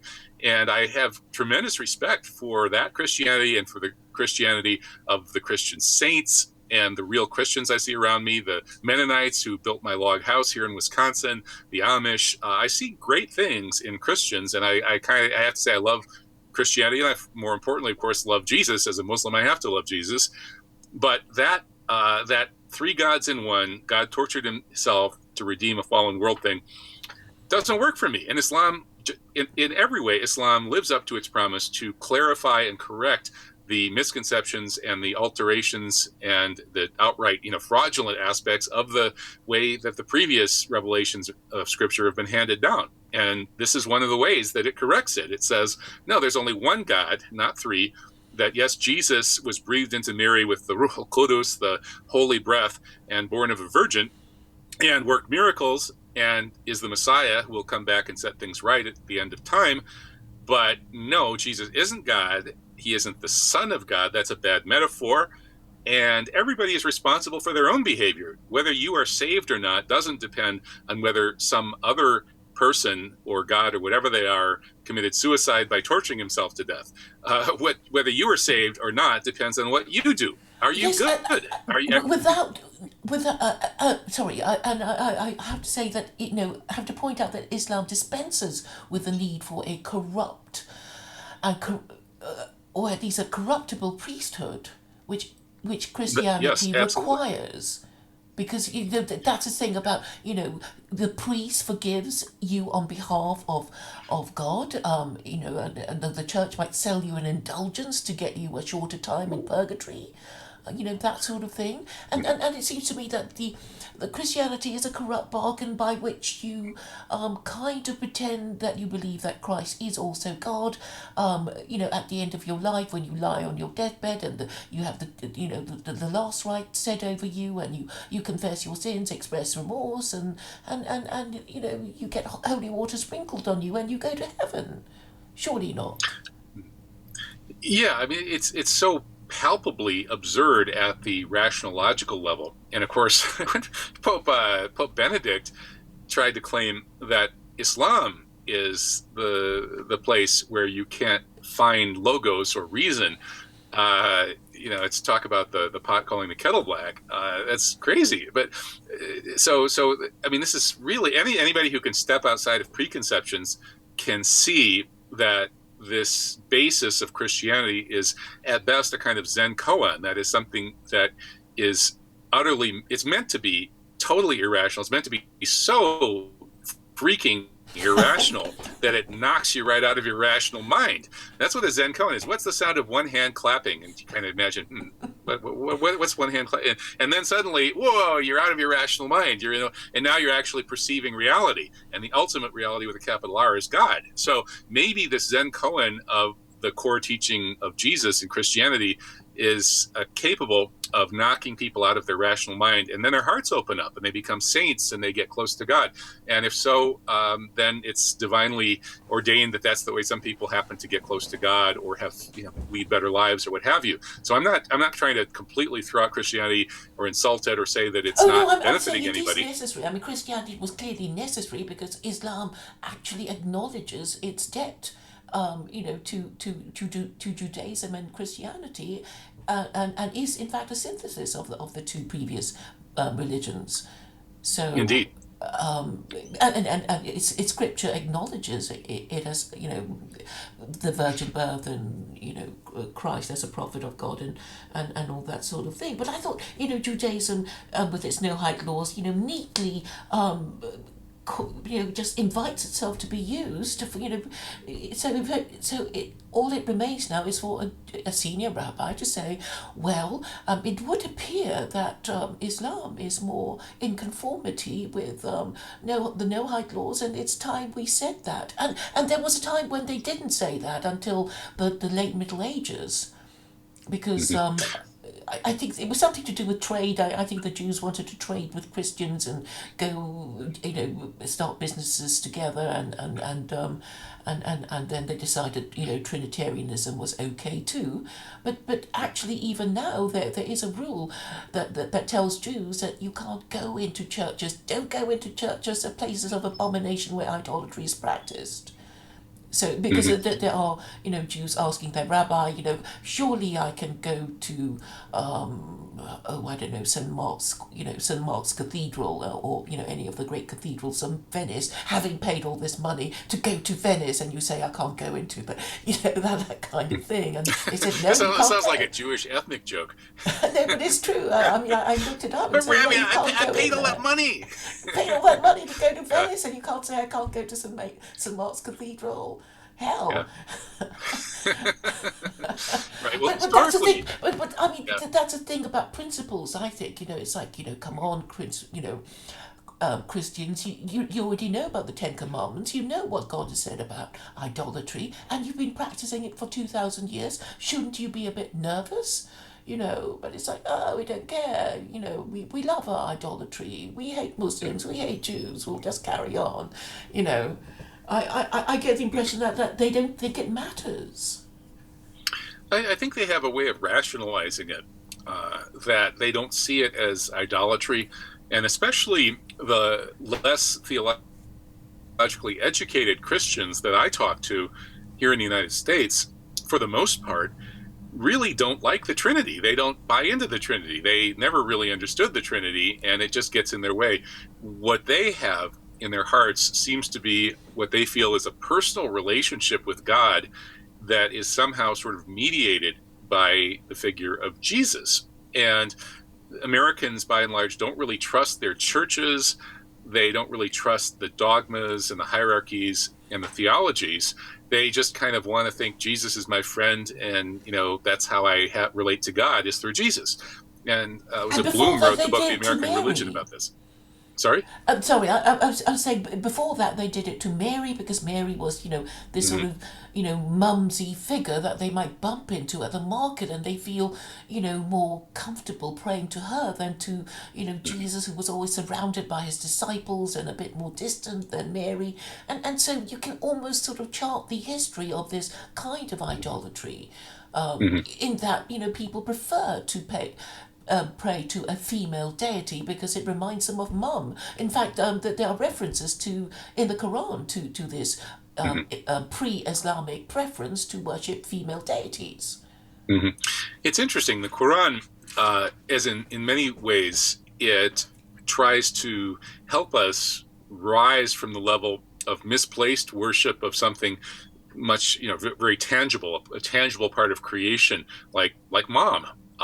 Or a statue, or what have you, and sort of raise us up to a higher level of understanding that, the reality is that creation is happening from a kind of primordial unity that we can call God, and that the more our minds can encompass of that, and the closer we can get to God, the better off we'll be. And so, instead of worshiping these female statues. And of course, in a lot of these matriarchal societies where goddesses were worshipped, there was human sacrifice, quite often sacrifice of children. That was very common in the South Shore of the Mediterranean, all around the Mediterranean, and even in pagan Arabia, they were burying little baby girls in a kind of a sacrificial rite. And the Quran banned that, of course. So I think the Quran tells us that what we should worship, God, the one God, is there are these 99 names of God that give us more of a sense of what it is really that we're worshiping. We don't want to be, if you worship some crucifix or some guy hanging on a cross, you're worshiping that image, or any image, you're in a way bringing yourself down from the level where you should be worshiping. But interestingly, in Islam, the first names of God with any kind of real tangible associations to them whatsoever, Allah just means the God. But the next two are Rahman Rahim, the all merciful, all compassionate. And they come from the root word for Rahma, or womb, and they connote the love a mother feels for her children, the all-embracing love a mother feels for her children. And that is this all-embracing mercy and compassion and love that God feels for creation. So there is a sense in which the way of relating to God in Islam is, I think it's less biased towards the worship of the male patriarch, which is, I think, what we get more in Christianity and Judaism. In Judaism, in the Torah, God often seems like a kind of psychopathic, jealous patriarch, all too human. And in the Injil, or the Bible, in the Christian tradition anyway, the God seems to, somebody who can have a son, so I guess he must be a male human-like figure. And that kind of anthropomorphism, or worshiping a human being in the place of the real creator of the universe. I mean, if cockroaches could worship, they would worship the great golden cockroach in the sky, probably. Mm-hmm. And humans are kind of doing the same thing, and that's just not reality. And the more that our worship goes down below where it should be and becomes something sort of some tangible part of creation, and this even goes for being too attached to some tangible part of creation, whether it's money or sex or power or whatever you like to do or whatever, that's shirk, or idolatry, the one unforgivable sin in Islam. And this is beautifully spelled out and explained in the Quran. Again, part of the reason the Quran lives up to its billing as a divinely inspired corrective to previous mistakes. but also a confirmer of previous truths. It's actually first and foremost a confirmer of previous truths, and then secondarily a corrector of the mistakes that have crept into the way we've kept those truths alive. Well, the thing is, if it's written down clearly, then people are more likely to follow it because they're more likely to understand it and find it and read it and remind themselves of it when they forget about it. But if it's, never said clearly, then it's going to cause confusion and schism, and the Quran also reminds us not to divide our religion into sects. And indeed it does. Again, that's just one of the many, many aspects of the Quran that make it again live up to its billing as real scripture. I really challenge anybody to sit down and read the Old and New Testaments and the Quran and think about them. You have to read them kind of slowly and think about and make notes in the margin too, I think. Yeah, make some notes in the margins. And then with Quran, at least, you really need the occasions of revelation. But many of the editions, like the kind of Pickthall hardcover edition I have of the English version, does have enough about some of the occasions of revelation so you kind of get a rough idea of what's going on. And I think if you make that comparison fair-mindedly, if you're starting out as a Christian, you'll say, well, the Quran is a much better scripture than the Old Testament is. A lot of the Old Testament is so easily amenable to misinterpretation. The Quran, not so much.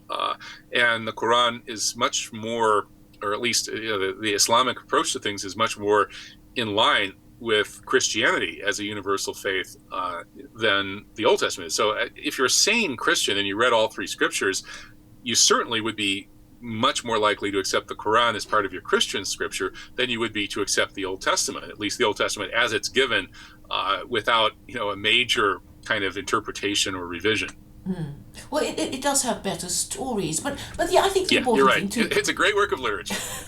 Great stories.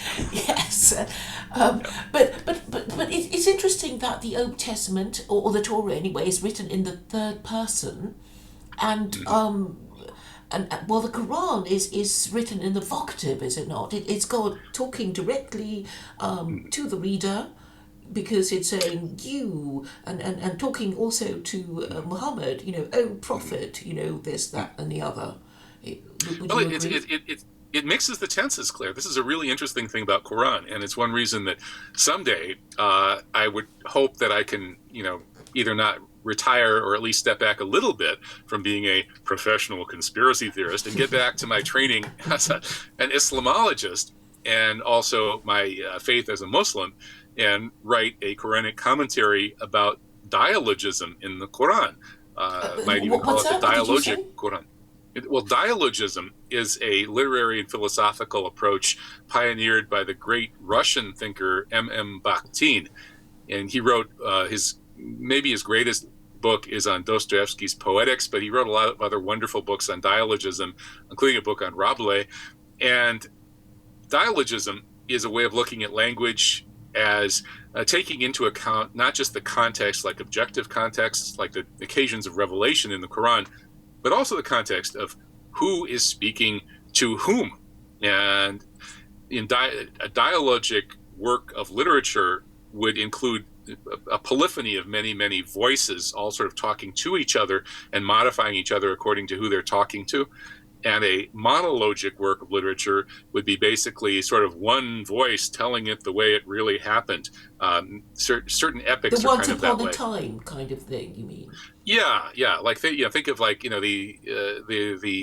great foundational epics of European anti-Islam civilization. The El Cid and that sort of thing. The Chanson de Roland. Those kinds of epics kind of tell a story with one voice and the objective overview of everything. And that would be more monologic, whereas a dialogic work would include many voices sort of bouncing off each other and deflecting each other's meanings. Dostoevsky is held as the ultimate example of dialogism according to Bakhtin, and I would argue that the Quran, with its use of these different pronouns, whether sometimes God speaks in the first person singular, sometimes I, sometimes the first person plural, we, sometimes the second person you, in which he's talking both to the prophet, maybe to the angel too, and certainly to the prophet who's receiving the message, and to that original community of listeners, and then on to the larger Muslim community down through the centuries. That you is there, and then there's the he, right? There's the third person as well. So God is using, all of these different pronouns or approaches to a speech act to create a dialogue, and that's really what it is. Because a lot, there are many duas in the Quran. Now, a dua is an Islamic prayer where you put your hands like this and you ask God for something, and the Quran includes these duas. And what it is God is sort of telling us to say this to God. But we're the ones saying it. When we recite dua, we're the one who's asking God for something. We're talking to God, and that's part of the Quran. So the Quran includes this divine speech, which is not just God saying this is the way it is for everybody. It's God speaking through an angel, a prophet, a whole line of prophets, and through communities that have listened to or rejected these prophets. There's lots of discourse from the people who reject the prophets. There's lots of these people saying, oh, that Muhammad or that Moses or that whoever, they're just a magician, or they're inspired by demons, or they're just reciting the legends of the ancients, things like that. So all of this divine speech, it's not God's monologue. It's God orchestrating a dialogue. And that, to me, is one of the things that's so fascinating about it. And part of its secret as a great work of language and literature. Even if you haven't accepted Islam, if you learn Arabic and really get into Quran, you'll react the way most Arabic-speaking Christians do. When they hear Quran, they almost start crying at its beauty. It is an amazing kind of thing. And I think that dialogism is a key to it. Yes. What about this idea? This is, I suppose, it's really for my own purposes. You have heard of the Jefferson Bible, haven't you? When Jefferson basically took out all the stories. Took out all the miracles. Yeah. And I thought, if somebody would do that to the Quran and just, reduce it to the do's and don'ts that God commanded, and left out all the stories and promises, that would be really useful. Perhaps it's already been done. I don't know if you know if this is true the Jefferson or not. Quran? Yes. Or perhaps it could be the Barrettian Quran. Mm-hmm. I don't think that's necessary or even the right way to go, whether you're doing it with the Bible or with the Quran. With the Bible, I don't think it's the miracles you have to get rid of. So Jesus produced a feast, or he made water into wine, or he, cured a blind man or brought somebody back to life. You really have to get rid of that to have a decent gospel? I don't think so. I think Jefferson was the product of the Enlightenment age, where the left hemisphere of the brain was pumped up on steroids through the introduction of mass literacy after Gutenberg, and this extreme ultra literacy, which is also part of the reason that women have become, something not like normal women, and then men have become overly left hemisphere dominated linear thinkers without the proper communication between the two hemispheres, which would make them more intuitive and mystical. These problems are problems. They're not advantages. I think Jefferson, being unable to deal with the miracle side of the gospel, number one, that's not even factually correct. Miracles, quote unquote, really do happen, and not. When I'm using the word miracle right now in terms of a quote unquote, supernatural event is how we would say it in English. In Arabic, a more correct term would be kharik al-ada, or a rupture or rending or ripping of habit or habituality, because the laws of nature are not indelible laws that have to be followed. They are simply habits.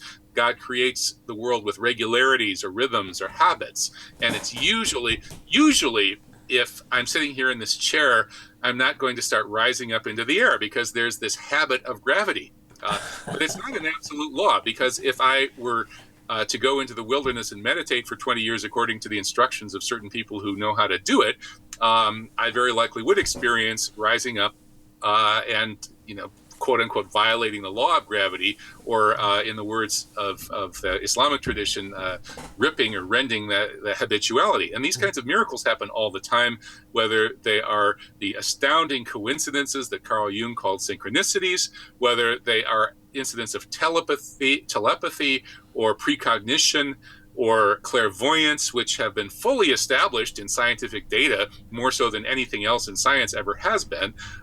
These miracles, quote unquote, actually happen. So for all we know, Jesus really might have fed a multitude out of nothing. He very well might have walked on water. He very well might have brought somebody back to life. He certainly might have enacted miracle cures, because miracle cures are very well attested in tens of thousands of examples all over the world cross-culturally. And they are linked to certain kinds of religious trance. Felicitas Goodman wrote a book called How About Demons, that she gets into the way that religious trance is common all over the world, and that miracles and especially healings often happen by way of this kind of trance. So shamanistic things, that's actually, all these things are quite real. And the Enlightenment was still hung over from, they were drunk on Gutenberg, right? It's a couple of centuries were just drunk on Gutenberg. Everybody had been reading, following these little lines on the page, and their left hemisphere became extremely dominant. There's the book The Alphabet versus the Goddess by Schlein that goes into this. And so then they lost their intuition. They became hyper-rational, linear, and hyper-literate. And Jefferson was a symptom of that. So we don't need to do that to the Bible, and we don't need to do such a thing to the Quran either, although I do think that one can certainly read Quran as, when it revises earlier... I suppose we read it as rules, but the other parts, the parts that you're having a hard time with, I'm trying to, like when Moses parts the Red Sea, okay, that's in the Quran, right? As well as in the Gospel, or rather the Old Testament. So Claire says, oh, come on, Moses parted the Red Sea? In fact, Claire probably says, wait a minute, Moses had a staff and it turned into a snake? Oh, come on. And, well, you know, one way of looking at the retellings of the earlier stories in the Quran that might make it easier for you is you can look at these as these are the stories as they are morally and ethically correct, and as the lesson that they're driving in is the right lesson. That is, especially the Torah, the Old Testament, includes a lot of stories that if you don't know any better, it sure sounds like God is very immoral and rewards immorality. And, you know, the proper lesson of these stories is hard to discern when, you know, Abraham, a prophet of God, pimps his wife. Yeah, when Abraham, prophet of God, goes and pimps his wife, this, like, you know, to Pharaoh, I mean, this, like, seems pretty dubious. Well, that's, yeah, in the Torah, he does. And there are many other examples like that. And in the Quran, all the prophets are spotless. Another really good example is the story of Joseph, or Yusuf, which is one of the great stories from the Torah and from the Quran. It's the only really lengthy story in Quran. It has a whole chapter to itself, the Surah of Yusuf. And in the Bible version, Joseph, the holy prophet, is depicted as somebody whose brilliant stewardship of Egyptian grain during times of plenty and then times of famine consists of him hoarding the grain in order to make a lot of money off of the shortage. And people are starving, and so now he can take their homes and take their lands, and that's what makes him such a great manager. And some would say that elements of the Jewish community have followed that example ever since. Whereas in the Quran, Sayyidina Yusuf alayhi salam is a pure and spotless prophet who is trying to save lives with his grain. It's unthinkable that a prophet would do something like that, or these other really bad things that prophets do in the Bible. Whether it's it's Job, finally crying out against God, whether it's God himself in the story of Job making this bet with Satan. Hey, Satan, yeah, let's torture the heck out of this guy. There are so many. Whether it's Jacob, whose name means heel, being such a heel. I mean, Jacob, the guy who gave his name to Israel, the nation today, swindled his brother Esau out of his birthright. He's a swindler. He's a scam artist. He's a thief. He should, and he's the namesake of Israel, and not just the country, but the Jewish nation as a whole. And down through the It's centuries, about again, struggling with God. Right, and it means the guy who fights with God or wrestles with God. So the guy who wrestles with God swindles his brother, is their totem, their ancestor, their namesake. And some would say that this has led to misinterpretations in the Jewish community, and it's led to Jews being overrepresented in usury and organized crime, and other forms of organized crime, because usury is organized crime. But So, isn't it more realistic to judge their prophets as mortal sinning people than to pretend that they were morally perfect? well, there are sins and there are sins. Now, I'm not really with the majority of scholarship in Islam. I believe has gone way too far in trying to make prophets, and especially Prophet Muhammad, peace upon him, totally perfect and never made a mistake. Whereas the Quran itself has the Prophet Muhammad being admonished by God for making a mistake. That is, he paid attention to the rich guy who could do him some good materially, and was more socially respectable, and he didn't pay attention to the poor blind guy who needed spiritual guidance, which was more important. There's a whole surah, Surat Abbas, he frowned in the Quran. God is admonishing the prophet. So obviously, prophets can make mistakes, but that's the kind of mistake they make. They don't, somebody who's a prophet of God, certainly during their mission of prophethood, it's, I think, morally, since they are such high-level examples for us, it doesn't make sense to have such people be swindlers and crooks. Nor does it make sense for God himself to be a psychopath. And unfortunately, that's kind of the portrait that one can get pretty easily through a basic, straightforward interpretation of the Torah. And I know that people like Duvid and my Christian friends don't interpret the Torah that way. They find a way to interpret it that gets around some of these problems, but they have to work really hard, in my opinion. A simple, straightforward interpretation is pretty bad.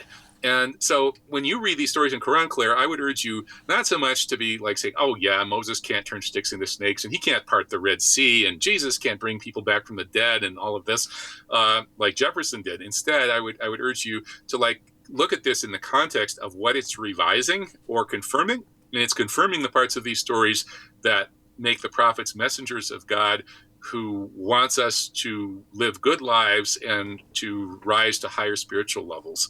I should take them as Aesop's fables and extract the Well, relevant I wouldn't go moral quite from that them. far.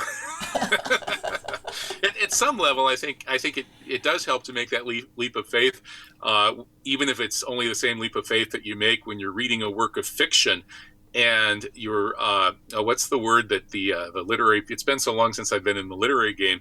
The suspension of disbelief. You make this suspension of disbelief while you're reading the novel, and you're in the world of the novel, and you're taking it on its own terms. And of course, when you close the novel, you're no longer in that world. With Scripture, I think there's something like that. Only when you close Scripture, you may not want to just, oh, well, I was just in the world of this fictional novel. I think it's better to let that, to sort of merge with your world. But there's still something similar there. That is, I don't think it's useful for me to get into debates with archaeologists like the ones who informed Shlomo Sand and said, Solomon never had a glorious kingdom. Well, if we read Quran, it sounds like he had a pretty glorious kingdom, although, the details might be sort of murky. But we know that Solomon's kingdom declined after he died. His son was a no good Nick, and the kingdom was divided after his son, wasn't it? Yeah, I believe so. But again, the issue here that I was approaching is that when we read about Solomon, whether in the Quran or the Bible, the important thing is what we've gained from that. And if it's Scripture, the important thing is, well, what is God? How does God want us to behave based on what God is telling us about Solomon? And he had too many wives, even though he was very.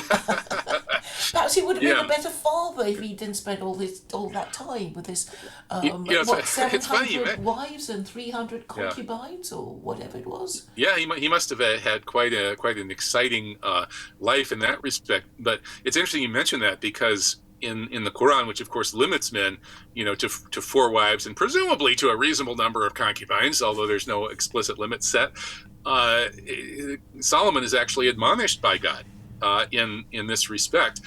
his Solomon was so greedy for women. You know how men have this natural quality of the nafs al-amra bisu, the ego that desires evil, to always want more and more and more of everything, and you always covet your neighbor's wife and wives, and covet every hot-looking woman you meet, and even most of the not so hot-looking ones. And so that aspect of the nafs al-amra bisu is in everybody. And of course, the successful... I have to tell you the story about this veiled Muslim woman who actually was quite understanding about the covetous nature of men for women. She would say, well, I have 10 pairs of shoes at home, but if anyone offered me more, I just wouldn't be able to refuse. Mm-hmm. Yeah, the Imelda Marcos thing. Well, Solomon, I guess, had an Imelda Marcos thing for women. But anyway, in the Quran, this is another case of a prophet being admonished. And again, a majority Muslim scholarship probably is going to call me a heretic or whatever, or say I'm wrong for this interpretation. But in the surah of the ant, Solomon is described as having these two litigants come to him. And I think this is a version of a Bible story, actually. And so the two litigants, like one of them says, hey, this is my brother here. He already had 100 ewes, and I only had one ewe, that is female sheep, right? Mm-hmm. And then he got me drunk or something. He conned me out of my last ewe, and now I don't have anything, and he has them all.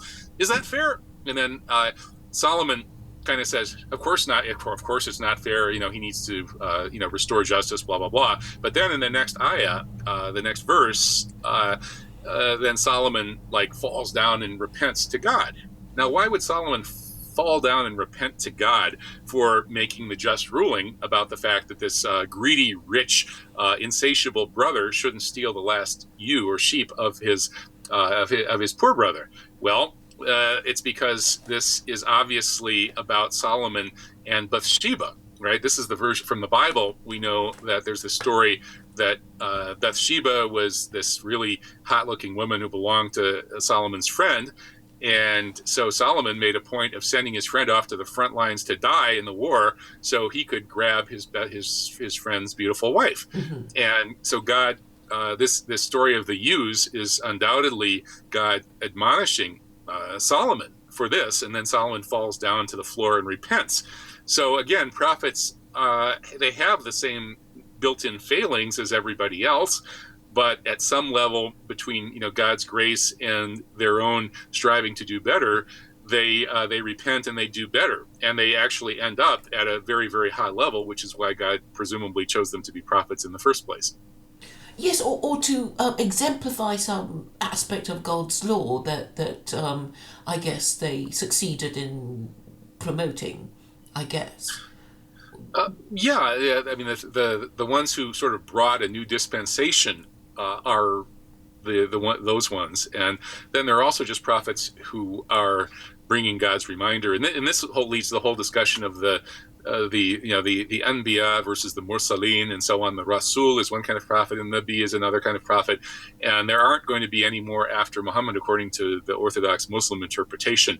And again, this is another place where the Quran sort of provides its own bona fides, because if we look, at history since that time, we look back, we see there was this axial age where prophets like Zoroaster and Buddha, and even Mani, the Manichae, I suppose, and Jesus and Moses and Muhammad, all of these people brought these new religious dispensations, which included whole sort of codes to whole communities. And these are the great religions. They're still the great religions today.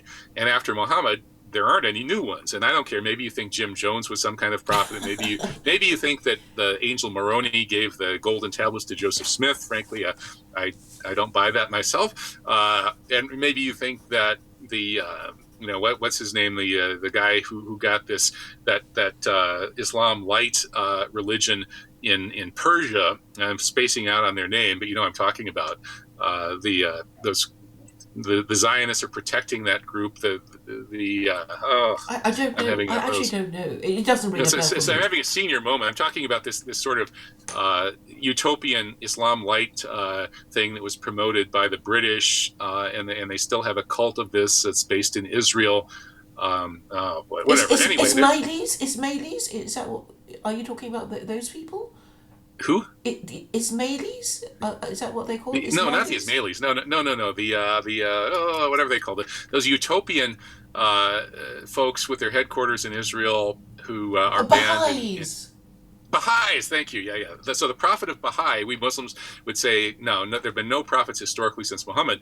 And regardless of how high the spiritual station that these various people since that time may have reached, and there have been plenty of awliya or saints, nobody has really founded a religious community and laid down a religious dispensation the way that those prophets of the axial age did. And the last one was Muhammad. So once again, history, like anthropology, when we talk about family matters, bears out the bona fides of the Quran as God's final revelation, his most straightforward final word to humanity. And of course, I think, if you want to leave God out of the picture, then we have this thing called I don't. called the rule of law. I know you don't, but I think, if we reduce the essence of what the Abrahamic faiths promote, it must be the rule of law, without which no civilization can survive, surely. That's a very important point. And one way to approach that point is through the deconstruction of secular legal systems. There's a whole deconstructive school of legal studies, which I think, for better or worse, is actually the most convincing school in terms of, looking at the actual basis for law. And ultimately, these deconstructionists end up being sort of postmodern nihilists, like everybody else in the West who's intellectually honest, by saying, without the sacred element, then it's all just pretty much arbitrary, which means that it's what powerful people are using to sustain their own power over others. That's really what law is. It's just a weapon of the powerful over the weak. And if you don't have a divine...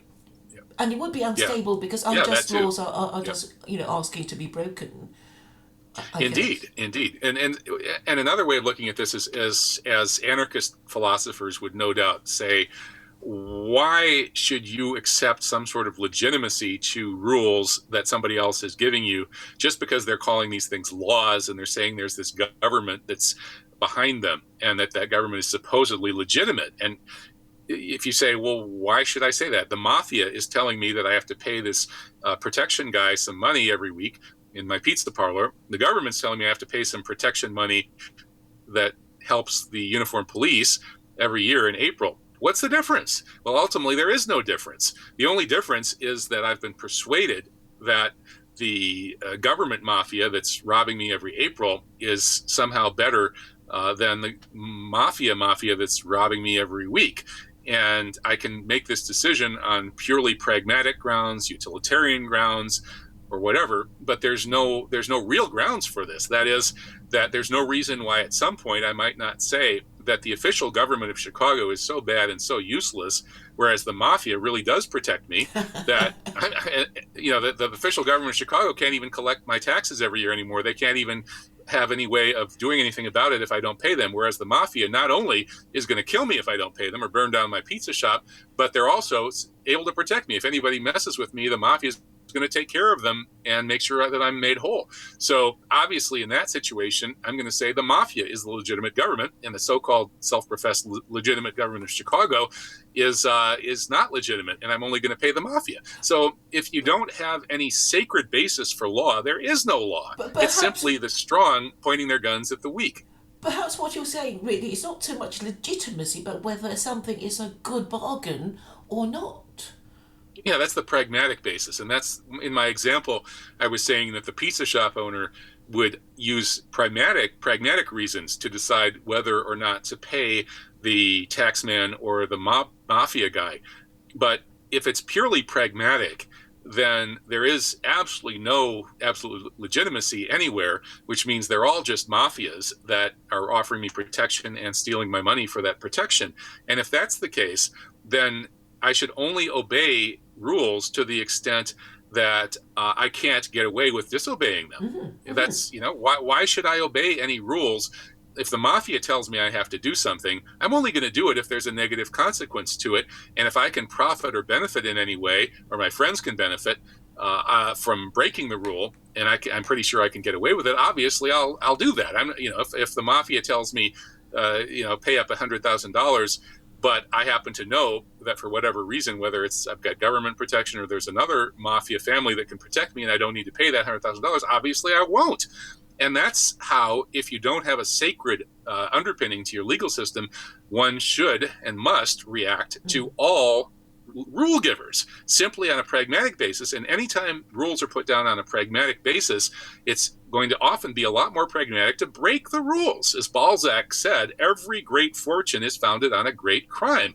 And we do have this problem of these conspiracy theories, which are basically, for the most part, truths that are suppressed from the mainstream about the elite class of criminals, because crime does pay.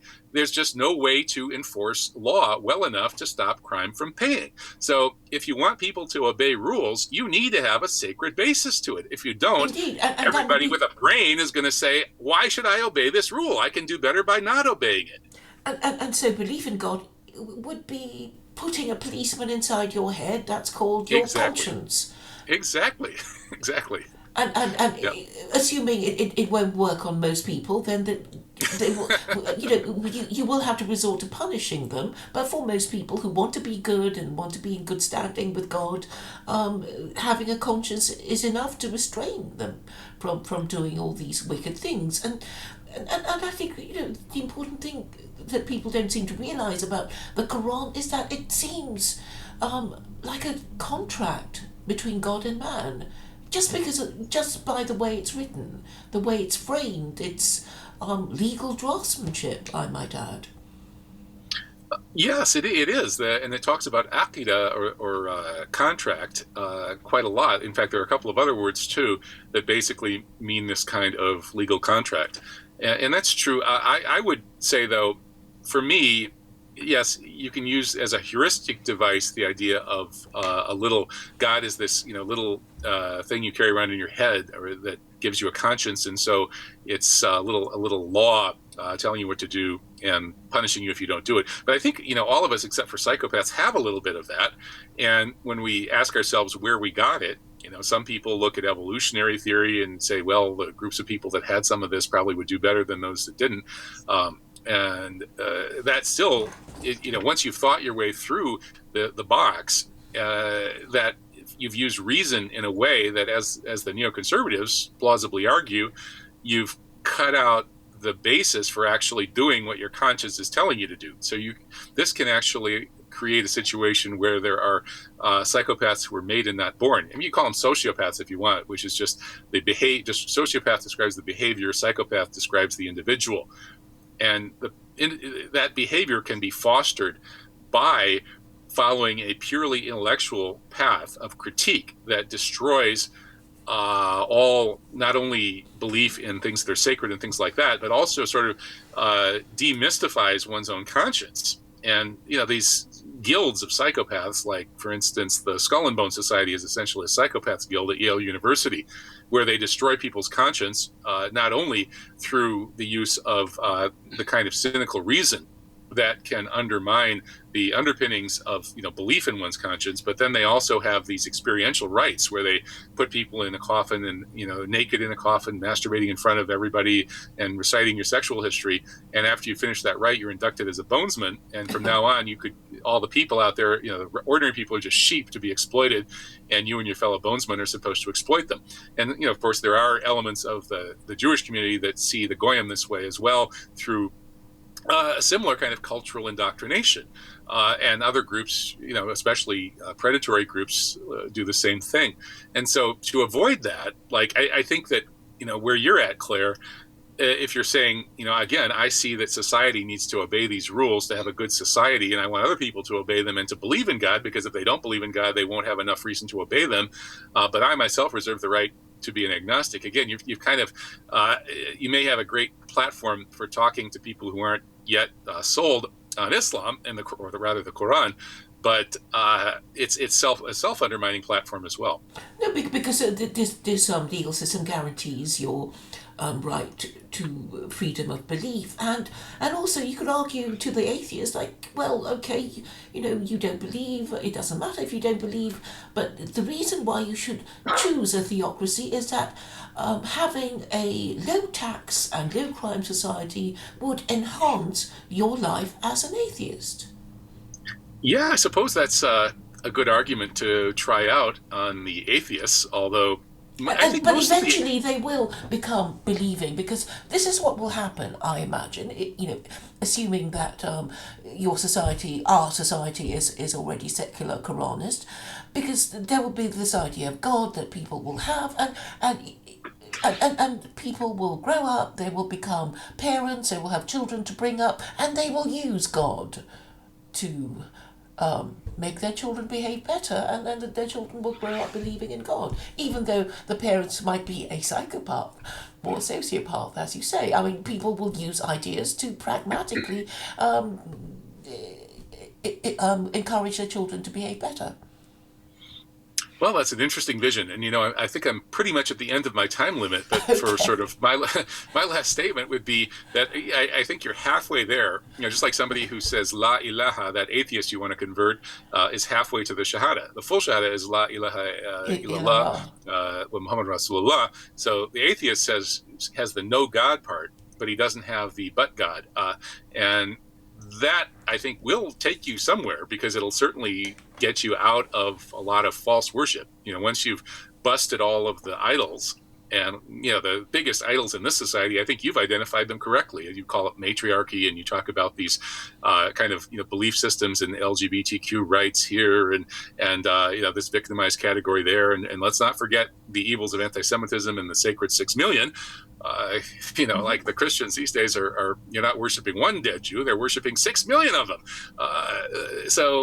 These are the idols today. And I think you've certainly used your formidable intellect to smash the idols. And so you've got the La ilaha, no God part down. But I do think the no La ilaha illallah, the illallah part, the no God but God, that is the positive side of it, is necessary to balance the equation. And ultimately, I do think that for religion with its codes of justice that will restore social sanity to come back, we will need an experiential basis for the reality of God, which I think the mystics have shown us. So that's my last word for today. But I do look forward to speaking with you again in the future. And I think that your mission is fascinating, and one of the most provocative kinds of intellectual quests that I've ever run across. So thank you, and God bless. Thank you, Dr. Barrett, for understanding my ideas